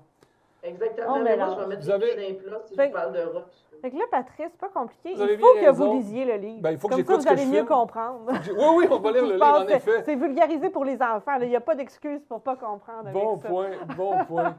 En fait, j'ai pensé à toi, Patrice, quand je l'ai écrit. Fait qu'il y a des bouts où j'ai vraiment allégé le contenu. J'ai dit sinon, Pat, il comprend. Je comprends rien, tu vois, merci. C'est pour des gens comme moi qui mélangent les choses. C'est un peu TDAH. Mais où est-ce qu'on peut trouver le livre? Est-ce qu'il va être en vente dans Charlevoix, dans les librairies? Ben là, pour l'instant, c'est une auto-édition. Hein. Fait que c'est le Géoparc Sciences commerciales ACECC qui a fait toute l'édition. Fait qu'on n'en est pas là encore. C'est sûr que si vous contactez l'organisme, il y a moyen de se procurer des copies, mais sinon, il faut aller rencontrer peut-être la librairie Abbé-Saint-Paul. On veut approcher peut-être des organisations comme le musée qui sont en lien avec le tourisme pour essayer de les diffuser. Mais honnêtement, pour l'instant, on est un peu pas de réponse. OK. Pour en revenir, parce que Sylvain me fait penser, parce que c'est pas comme si ça faisait pas 10 ans qu'on travaillait sur des vidéos avec le Géoparc que je devrais connaître mon sujet. Mais à Saint-Hilarion, c'est sur la route qui traverse la 362 et la 138. Quelque part sur ce chemin-là, pas très loin du village, on peut voir ces roches-là qui sont comme il y a des stries dedans et c'est là où on sent que la roche a eu un mouvement. Ça a cogné. Ça a cogné fort et la roche en est la répercussion, on va se le dire comme ça, de ce moment fort-là.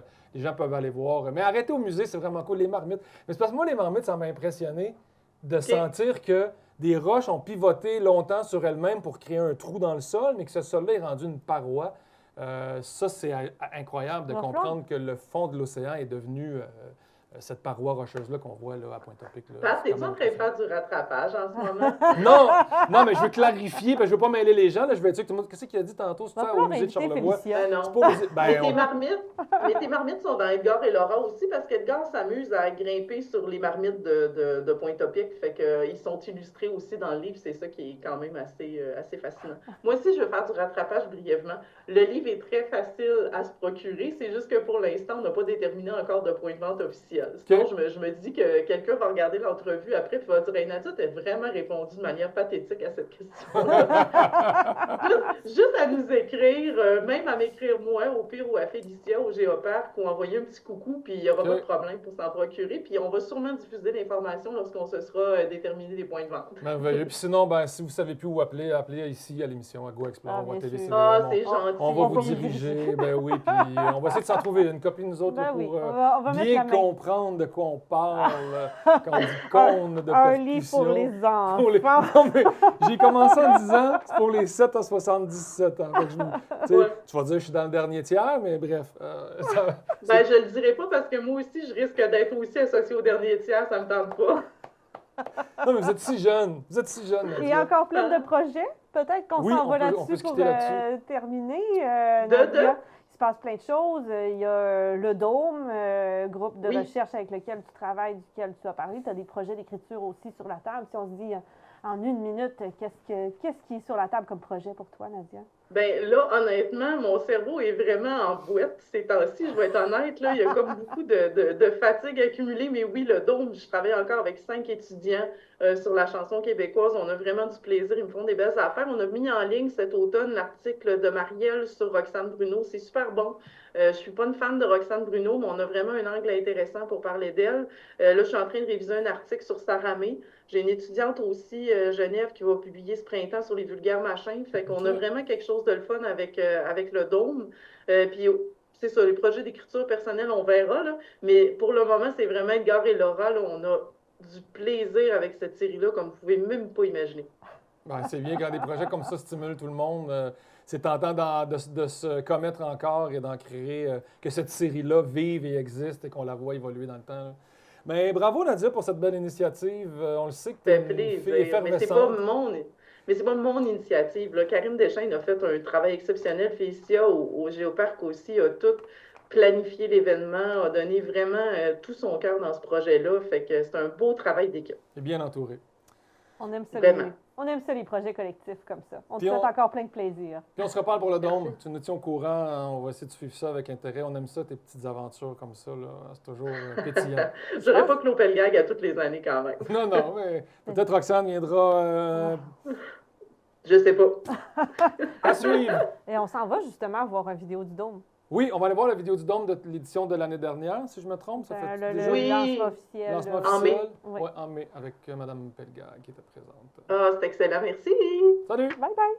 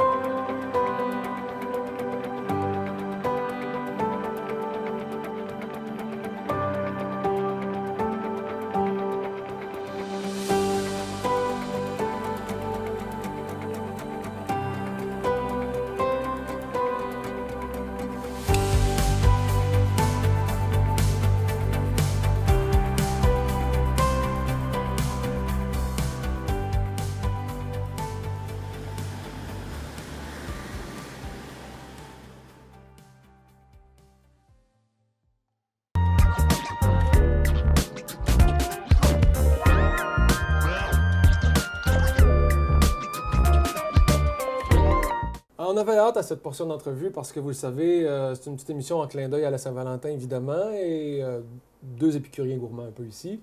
Et à la réalisation, le grignoteur. D'où la... En tout cas, non, parce qu'il y a un sex shop qui s'appelle La Grignote à Baie-Saint-Paul. On fera le lien plus tard avec Sylvain. Bref, on avait envie de sucrer le bec avec vous, avec Catherine Pellicano, Allô de Caramel Charlevoix. Bienvenue au 205. Merci de l'invitation. Ben, merci d'avoir accepté d'être avec nous aujourd'hui. Catherine, évidemment, ben, peut-être que les gens nous écoutent, connaissent déjà le produit, mais connaissent peut-être moins qui est derrière ce magnifique caramel aux saveurs diversifiées. J'ai le goût de savoir, qu'est-ce qui t'a conduit, mais là tu vas me dire, on ne peut pas dire ça en 10 minutes, mais qu'est-ce qui t'a conduit jusqu'à ce beau caramel là, qui est dans un pot ici, dans Charlevoix? Là? C'est quoi un peu le chemin de Catherine Pellicano?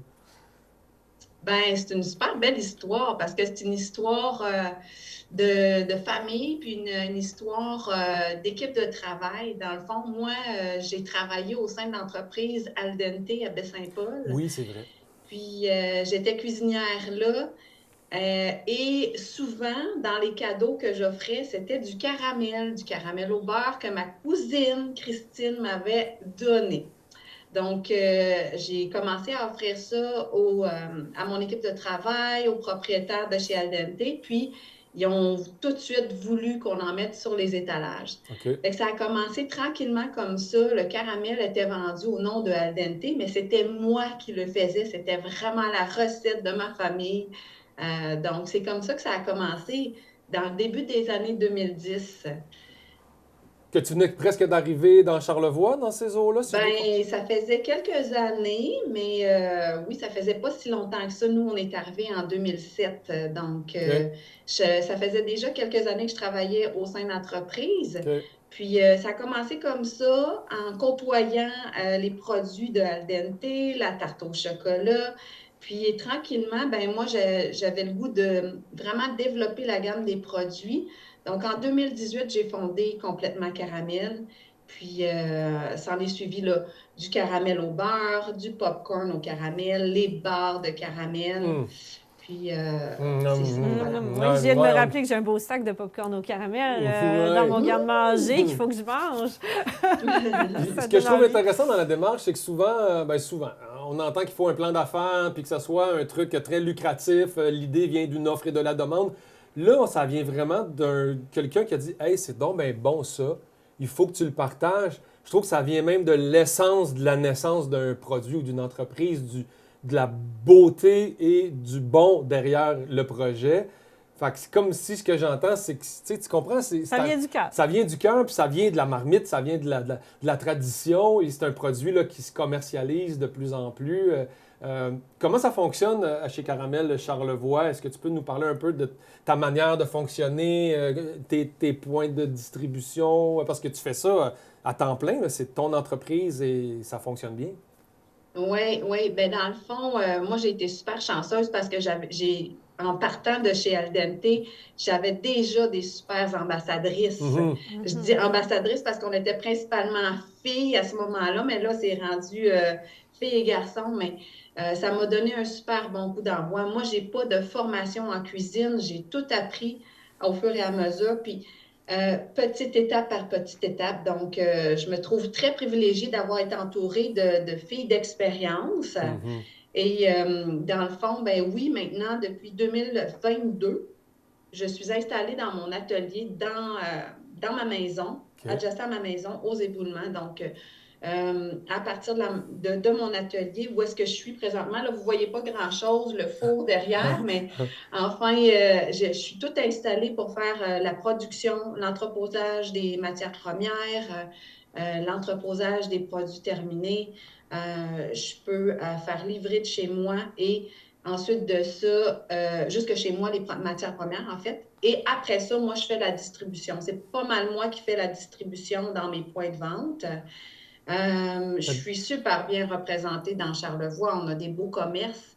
Donc, une 50aine de points de vente, principalement dans Charlevoix. Là, est-ce que je viens de voir passer des bougies au à l'odeur de caramel. On vient de voir ça dans les images que notre réalisateur nous montre. Ah, ben oui, mais j'en ai même allumé une pour vous. Ça sent le caramel là-bas. Oui, donc ça, c'est vraiment le petit... comment dire, soit pour se contenter de l'odeur ou soit pour se mettre dans l'ambiance.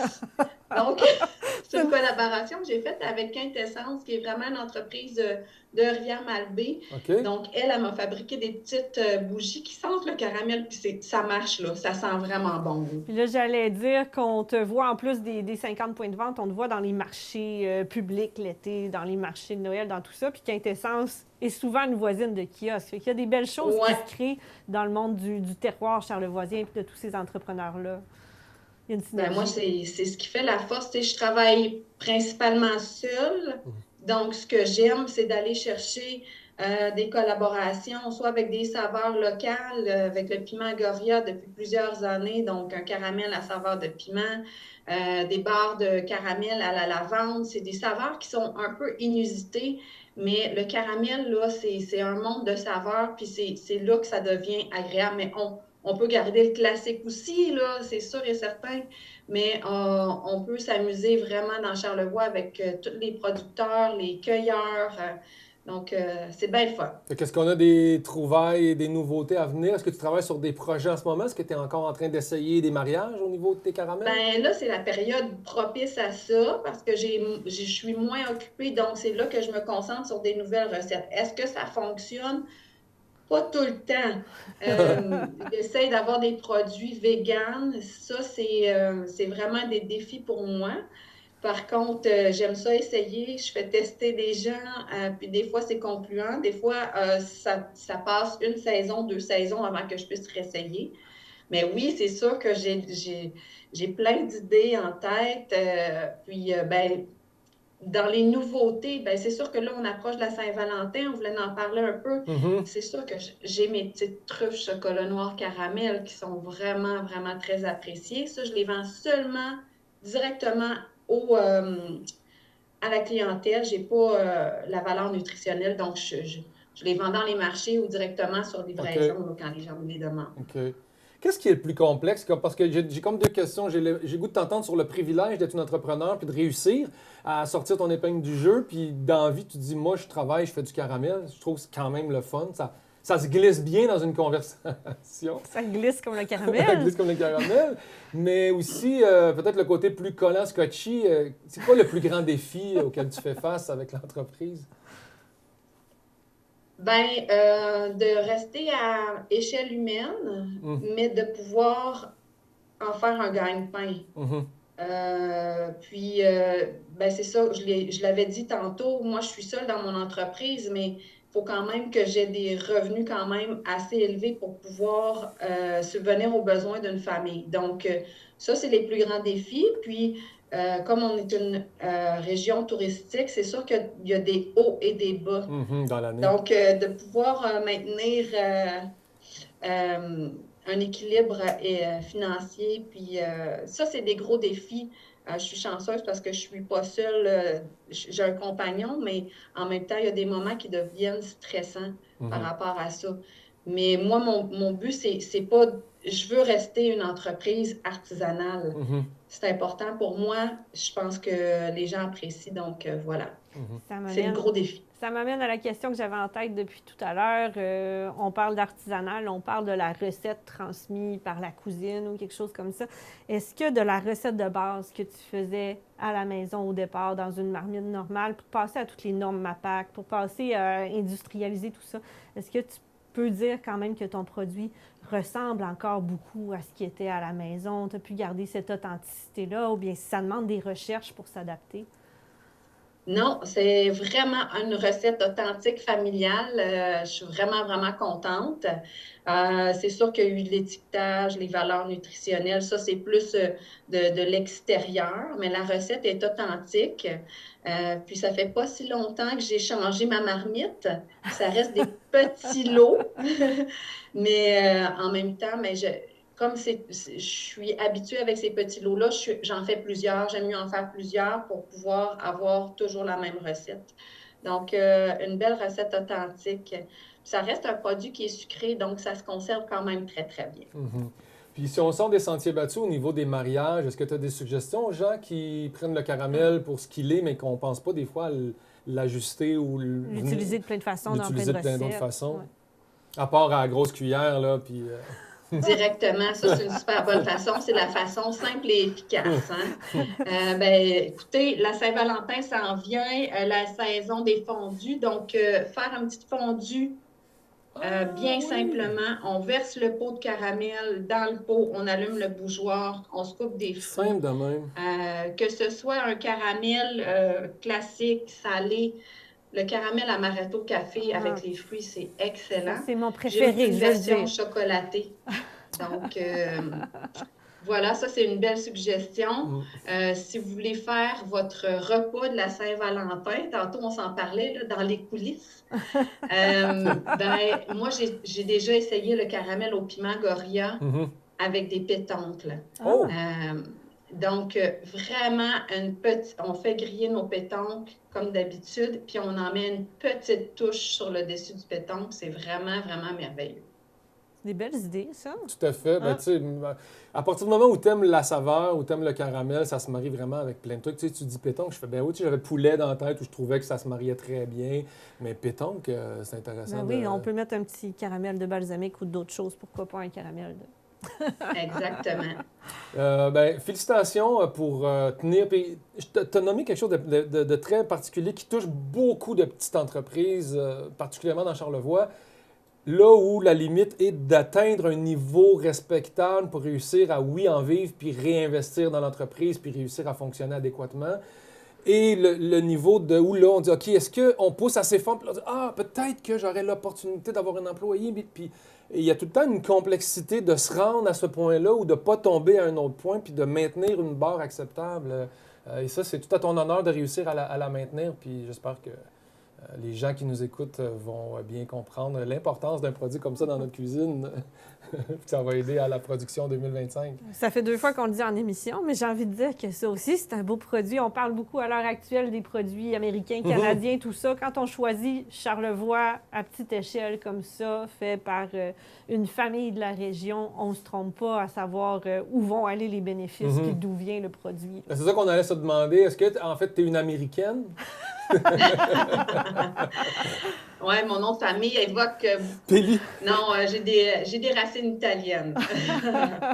Bien québécoises, par contre. Née et grandie au Québec. Est-ce que tu es allé dans ton coin de natif ancestral de la famille en Italie? Est-ce que tu es déjà allé faire un tour? Bien, je suis allée récemment, au mois de mai l'année passée. J'étais allée 25 ans plus tôt. Mais non, pas de famille là-bas. Okay. De la famille dans Charlevoix, Okay. De la famille dans la grande région de Montréal. Mais l'Italie, c'est très, très inspirant côté gastronomique. Ah oui, hein? Donc, c'est ça m'a mis sur quelques pistes. J'en dirai pas plus parce que je suis vraiment au balbutiement de nouvelles recettes. Mais enfin, ça ne sera pas de la sauce à pizza, ça, c'est sûr. Au caramel. Mais est-ce que je me trompe, les ateliers Charlevoix avaient créé un pot pour recevoir le caramel Charlevoix? Tu l'as avec toi? Bien, c'est vraiment celui-là. C'est vraiment celui-là. Oui, mais en fait... Le bol était tempé complètement caramel. Là, on le voit moins bien peut-être, là, mais oui, c'est très, très simple, là, vraiment, mais très bien fait. Oui, c'est le fun. J'adore cette entreprise. Oui, puis ça fait des beaux mariages de création, le caramel maison, la création fait main, les deux ensemble. Absolument. Vraiment, on est choyés. Donc, on peut trouver les caramels en ligne. On a vu sur Cidrerie Verger-Penneau qui semble avoir l'ensemble de tes produits. J'ai envie de lancer Boutique Charlevoix. Boutique Charlevoix, ça, directement ici. Je dis ça, je dis rien. Puis on peut faire des rencontres 3D d'ailleurs à Boutique Charlevoix. On parlait tantôt. Oui, bien, de ton restaurant là, qui annonçait 3D Tinder. Oui, bien là, non. Allez pas faire des rencontres 3D avec Eric, s'il vous plaît, je vais le garder. C'est son mari, en fait, qui travaille là. Mais c'est ce qu'on a vu Je me demandais où vous vous en alliez là, Patrick. Ben, je vous ai senti sur vos gardes, Madame Truchon. Là, on a compris qu'il y a un c'est mon territoire. En plus, c'est votre territoire. Mais en plus, il y a un sentiment d'appartenance très fort. Mais c'est parce qu'il y a un restaurant qui marquait Tinder 3D, une flèche vers la porte d'entrée du bar ou du restaurant. On disait pour la Saint-Valentin, allez faire des vraies rencontres. Oui. Non, mais là, moi, c'était plus juste des rencontres en 3D qu'aller en ligne. Humaines, oui. Sinon, aux éboulements, on peut aller te rencontrer directement pour prendre les produits? Bien, idéalement, sur rendez-vous. Okay. Moi, mon atelier, oui, est chez moi, mais je ne suis pas tellement ouverte au public. Okay. Mais vous allez retrouver mes produits dans différents points de vente. C'est ça, la boutique Charlevoix, à la brûlerie Charlevoix aussi, à la Malbaie, Délicatesse du Pacha, l'épicerie du Four. Comme je disais, j'ai beaucoup de points de vente. Si vous avez des questions, j'ai ma page Facebook, Instagram. Là, vous pouvez m'écrire, ça va me faire plaisir. Merveilleux. Merci beaucoup, Catherine Pellicano, de ta présence avec nous, puis au plaisir d'offrir du caramel pour la Saint-Valentin. Je pense que ça me donne des belles idées, oui, moi, du coup. Ça donne faim. Ouais. Puis, ceci dit, tu sais, ma blonde, elle aime le caramel, mais en plus de te rencontrer, elle a comme eu un step de plus. Mon Dieu, on dirait qu'on a que le caramel a pris une autre dimension après une rencontre qu'on a eue récemment. Puis c'est vrai que c'est le fun de rencontrer les artisans et les artistes derrière le produit. Ça amène toute une autre dimension. Là. Tout à fait. Bien d'accord. Ouais. Merci beaucoup. On se revoit très bientôt, peut-être. Bonne Saint-Valentin à toi. Bonne Saint-Valentin. Merci. On poursuit au 205. En finale, on a des sorties à vous présenter. Il y a des petites choses qui vont se passer, des gros événements également. Il y a des carnavals. Il y a la Saint-Valentin qui s'en vient et d'autres petites surprises au 205 Magazine.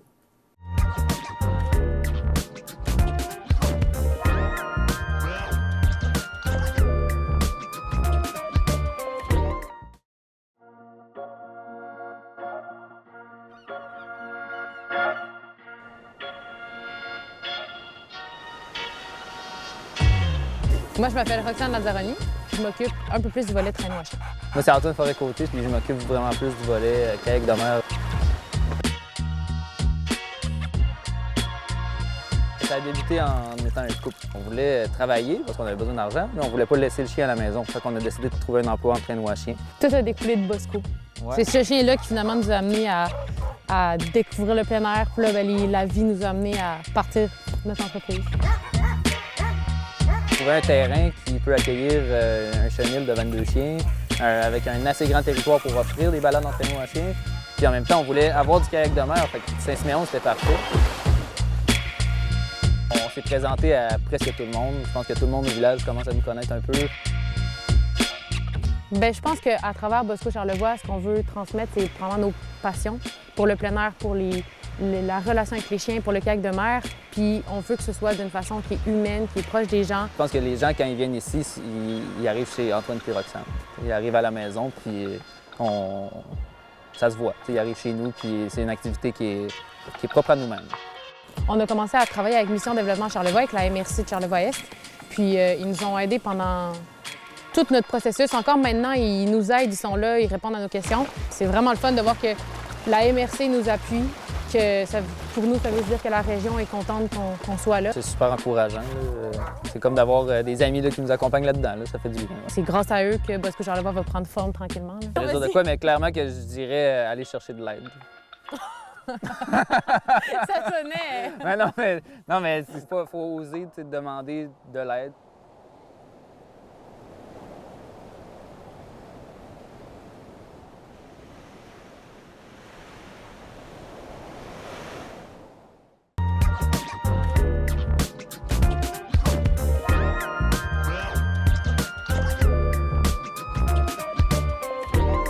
Ils se commettent pour une deuxième année, et ce, en grand, avec autant d'amour et de générosité. C'est le festival Pour un instant qui a annoncé ses couleurs, disons-le comme ça. Couleur fuchsia, rose, mauve, couleur lilas. Et on a le grand bonheur d'être avec l'organisatrice de ce festival et la propriétaire de l'auberge Pour un instant, pour le festival Pour un instant. Angélique Boulet, bienvenue au 205 Magazine. Merci beaucoup. Je me suis habillée en vert pour faire la plante verte au milieu des fleurs. Mon Dieu. C'est complémentaire. La nature, elle organise tout ça pour que ce soit des couleurs qui aillent bien ensemble. Ben, je dirais métaphoriquement que tu es un peu la tige de cette fleur-là, qui est ton festival. Donc, c'était le lancement officiel hier. Il y a plusieurs choses à dire. Parce qu'il y a une programmation qui a été lancée, mais il y a aussi un beau vidéoclip. Là, on va parler de tout ça. Comment ça s'est passé le lancement hier, Angélique? Super bien. On a un petit peu de sommeil à rattraper, mais c'est toujours bon signe. Ça veut dire qu'on a pris le temps de se rassembler, de parler, de célébrer aussi ce qu'on est en train de développer pour notre belle région, avec votre précieuse collaboration d'ailleurs.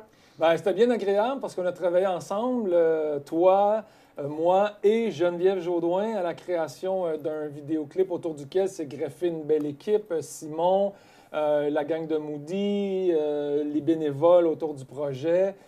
Et ça a été lancé également, le vidéoclip, en même temps que de ta programmation hier. Exactement, ça s'appelle Du vent dans les voiles. C'est une chanson originale. Tu disais plusieurs, comme Geneviève Jaudoin. C'est peut-être parce que tu avais ce nom-là en tête. Je sais que de votre côté aussi, il y a eu des nuits courtes pour finaliser ce fou projet. En fait, je réalisais que c'était tout simplement 2 mois de processus de création pour écrire des paroles, une chanson, faire des arrangements, enregistrer en studio, mixer, tourner le vidéoclip, monter le vidéoclip.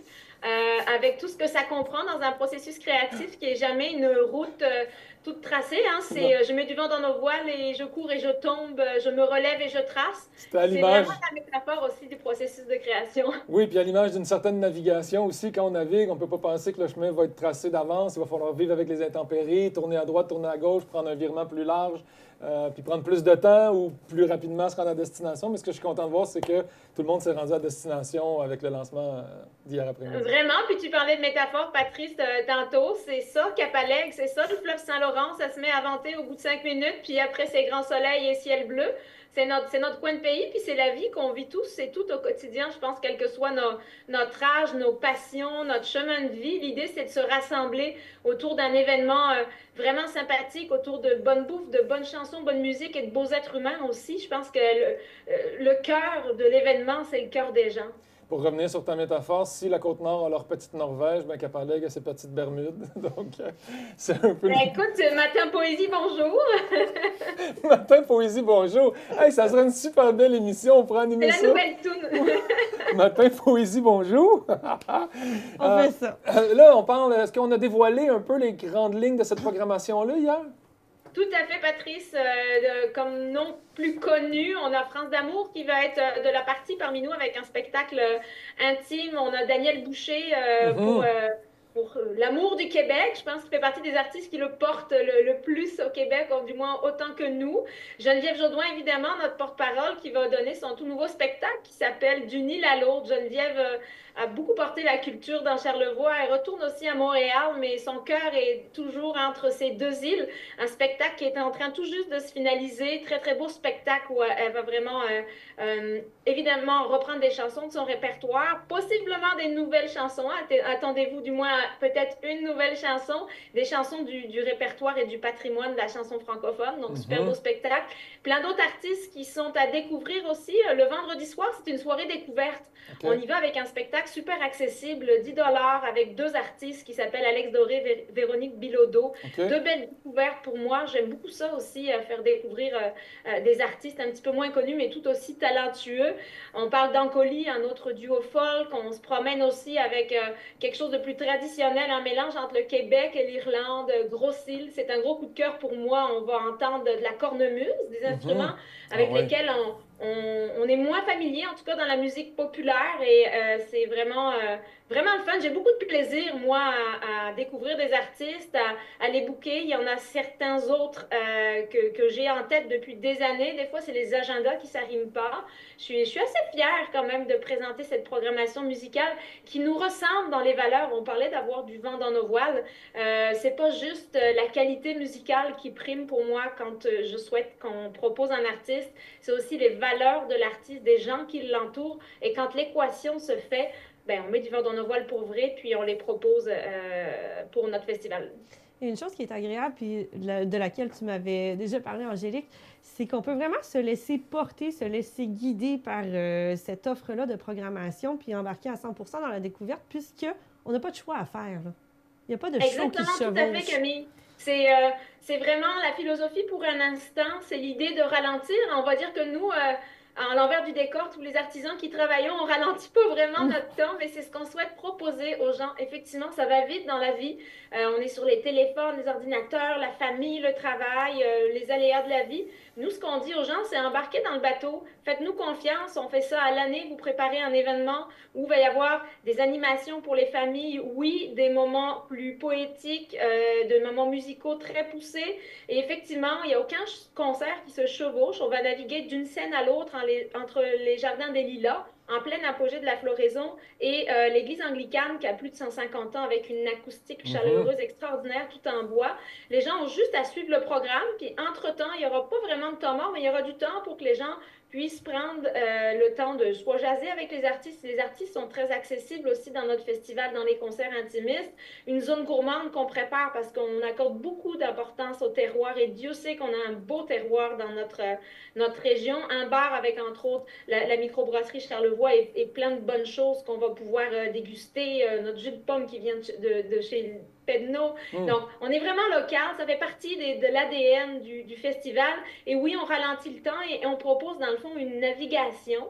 Les gens sont libres, évidemment, d'aller naviguer sur un concert, deux concerts, l'entièreté des concerts avec le passeport de tous les instants. Mais on fait ça en famille, un petit peu, même pour les gens qu'on ne connaît pas, ils vont faire partie de la famille. C'est l'aventure qu'on propose. Tu parlais des lieux tout à l'heure. Cette année, tout a été mis en place pour s'assurer de pouvoir être au cœur des jardins.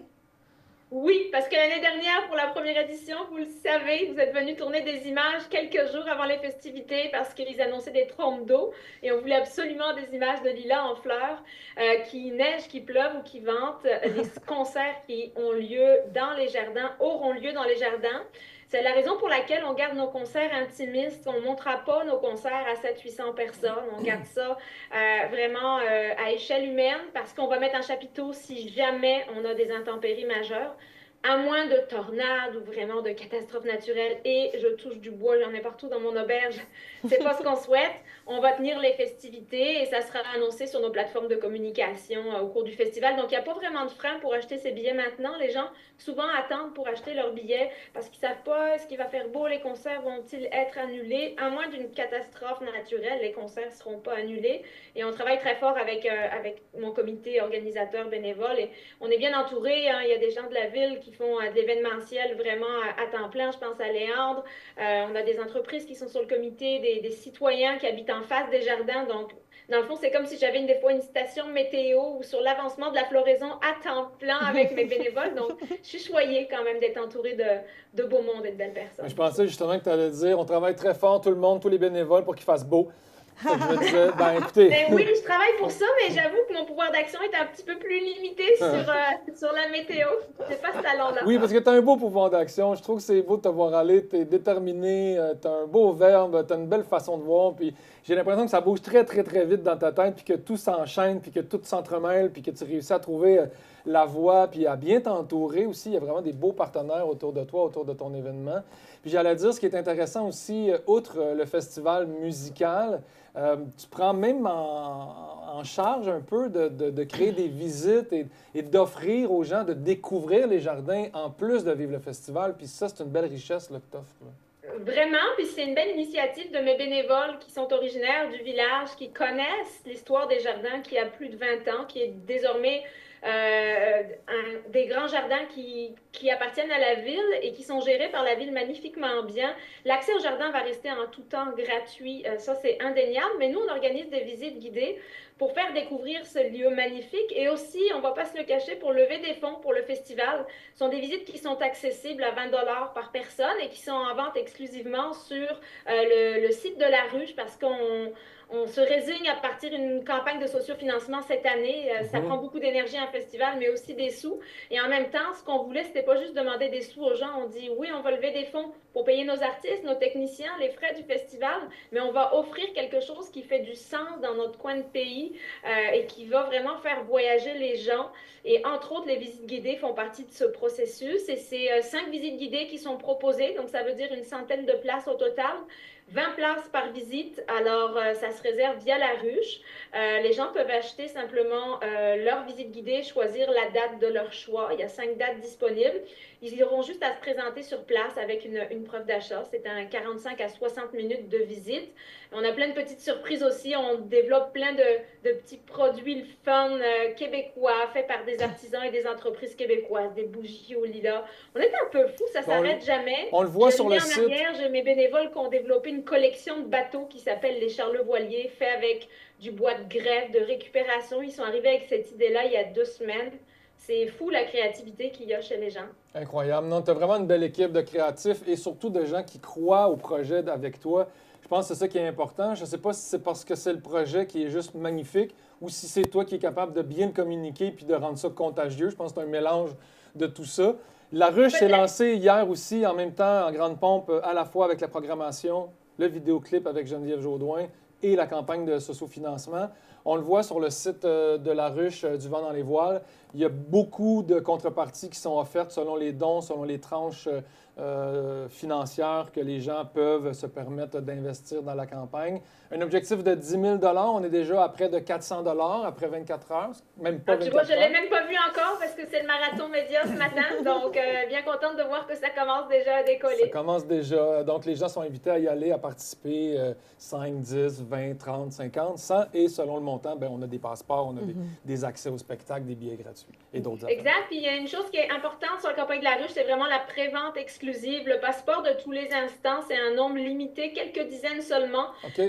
Qui est en prévente exclusive sur le site de la Ruche. Pour tout ce qui est des autres billets, ça va être sur le point de vente. Mais je tenais à souligner ton implication, Patrice, parce que je pense que tu as la même folie créative que Geneviève et moi et mon comité organisateur. Tu t'es beaucoup donné et le résultat vraiment en valait la chandelle. Les images que tu as tournées sur la grève de Capalec sont magnifiques. Je pense même que tu as eu la piqûre de Capalec pendant quelques jours à la suite de ce tournage-là. Oui, On inclut celui qui parle, mais on est retourné quelques fois dans cette semaine-là.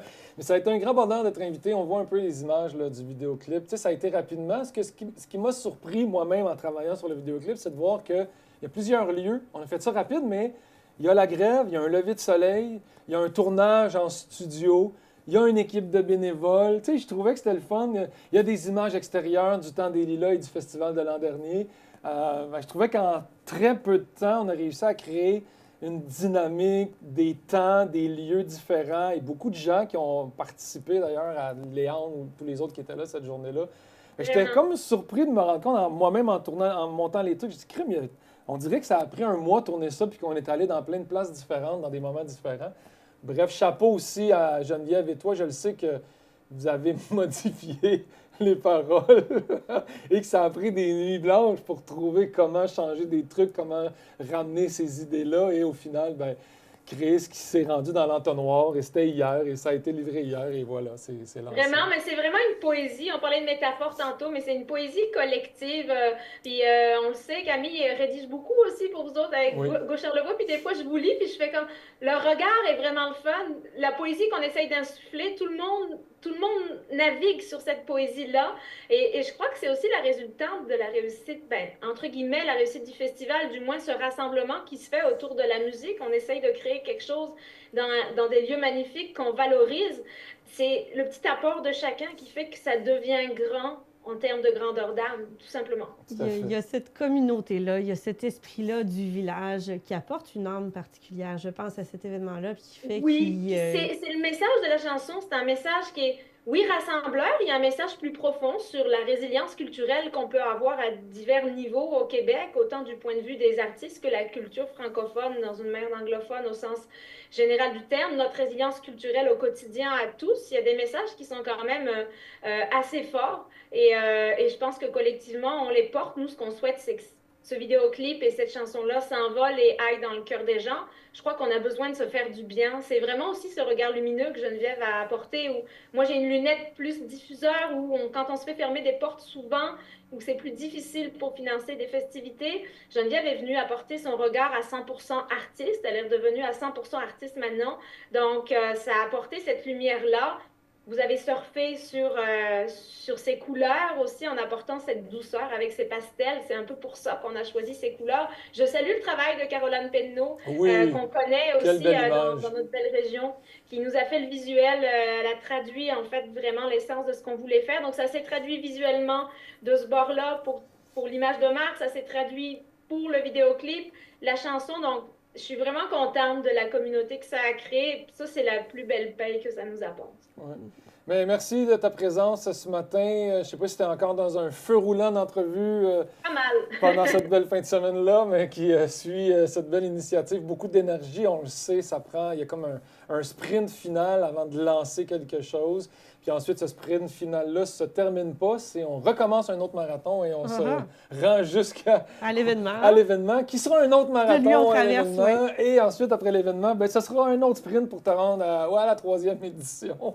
Bref. On y pense déjà, on a déjà des idées qui fusent. C'est ça qui se faisait autour d'un dernier petit verre hier soir. La créativité n'a pas de limite. Merci à vous pour votre beau travail, votre temps. Puis je pense qu'on a le même amour de Charlevoix, tout simplement. Bravo, Angélique, pour cette belle initiative. Longue vie au festival. Donc, on invite les gens à aller sur le site Internet Festival pour un instant et se rendre dans la billetterie et participer, évidemment, à la campagne de socio-financement La Ruche. Vous suivre sur les médias sociaux et partager en grand nombre cette belle vidéoclip qui a été créée de votre côté. Oui, un gros merci. Puis on va mettre des envers du décor du tournage du vidéoclip dans pas long. Ça va être rigolo, ça. Coudonc. Tant qu'on ne me voit pas trop. Okay. Je ne dévoilerai pas tout. Oui, c'est ça. Garde les punchs. Merci beaucoup, Angélique. Merci. Bonne suite pour le festival. Nous, on poursuit. On a encore des choses à dire, certainement. On a des belles activités parce que des fois, les gens se demandent qu'est-ce qui se passe au mois de mars avec un S. Mais il se passe plein de belles choses dans Charlevoix. À tout de suite.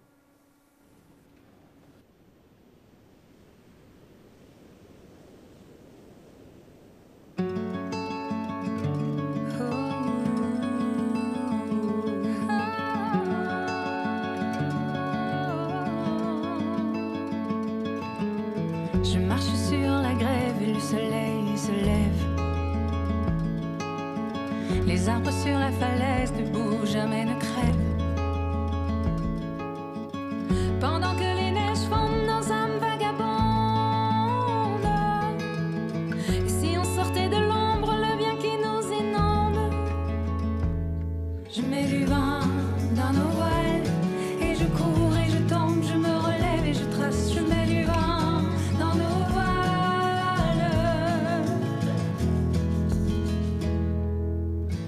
Les lilas sont en fleurs dans les jardins, le bonheur. Tel un amant qui effleure un camailleux de couleurs. Et pendant que la terre tremble, nos cœurs se rassemblent.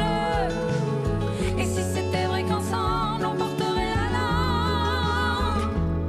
Je mets du vin dans nos voiles et je cours et je tombe, je me relève et je trace. Je mets du vin dans nos voiles et je cours et je tombe, je me relève et je trace.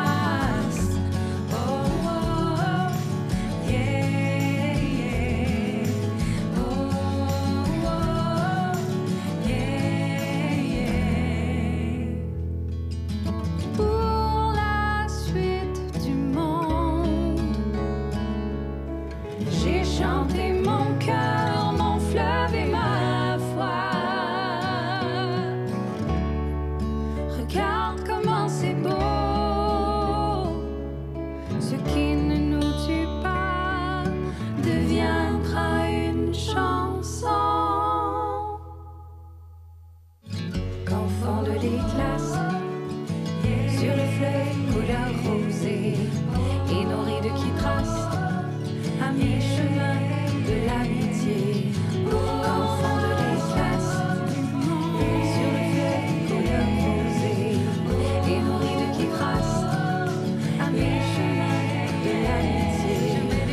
Quand fondent les glaces et je cours et je tombe, je me relève et je trace. Je mets du vent et nos rides qui tracent et je cours et je tombe, je me relève et je trace. Je mets du vent dans nos voiles et je cours et je tombe. Je me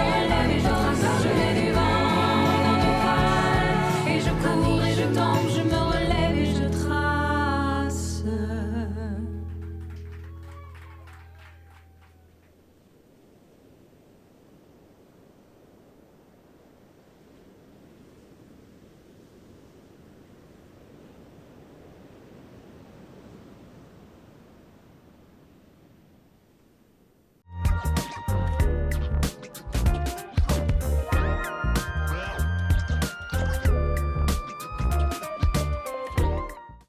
Alors voilà, c'est ce qui conclut notre 205 magazine spécial Coup de cœur. J'espère que vous avez apprécié redécouvrir ces belles personnes ou tout simplement les découvrir pour une première fois. Camille, merci d'avoir été avec nous et de nous avoir présenté ces beaux coups de cœur de ton côté. Merci Sylvain Foster à la réalisation et suivez-nous parce que la semaine prochaine, il se passe plein de trucs. Ben oui, il y a la programmation du MAC, Musée d'art contemporain de Baie-Saint-Paul, qui sera dévoilée. Également le Festival international et la programmation estivale du domaine Forget. On va pouvoir revenir sur tout ça la semaine prochaine. Puis ma fille se marie le 10 mai. Je ne sais pas si on va en parler, mais en tout cas, peut-être. Je vous présenterai des vêtements de mariage, peut-être, dans ma chronique. C'est ce que je suis en train de faire. Mode. Ouais. Mais on n'a pas le droit d'acheter rien de neuf. Il ne faut pas encourager les grosses multinationales. Il faut trouver il appelle ça la chienne à Jacques, entre guillemets. Okay. Funky. Bref. On veut tout savoir la semaine prochaine. Okay, on s'en parle. Merci tout le monde de passer une très belle semaine. Puis trouvez vos coups de cœur. À la limite, c'est le fun. Qu'est-ce qu'on aime dans la vie? Posez-vous cette question-là, puis faites-les. Ou allez vers ce qui vous tente, ou allez vers ce que vous aimez. Je pense que c'est toujours une belle alternative quand le temps est plus maussade comme ça, un peu gris. On suit notre cœur. Ouais, suivez votre cœur. C'est bien dit. Salut.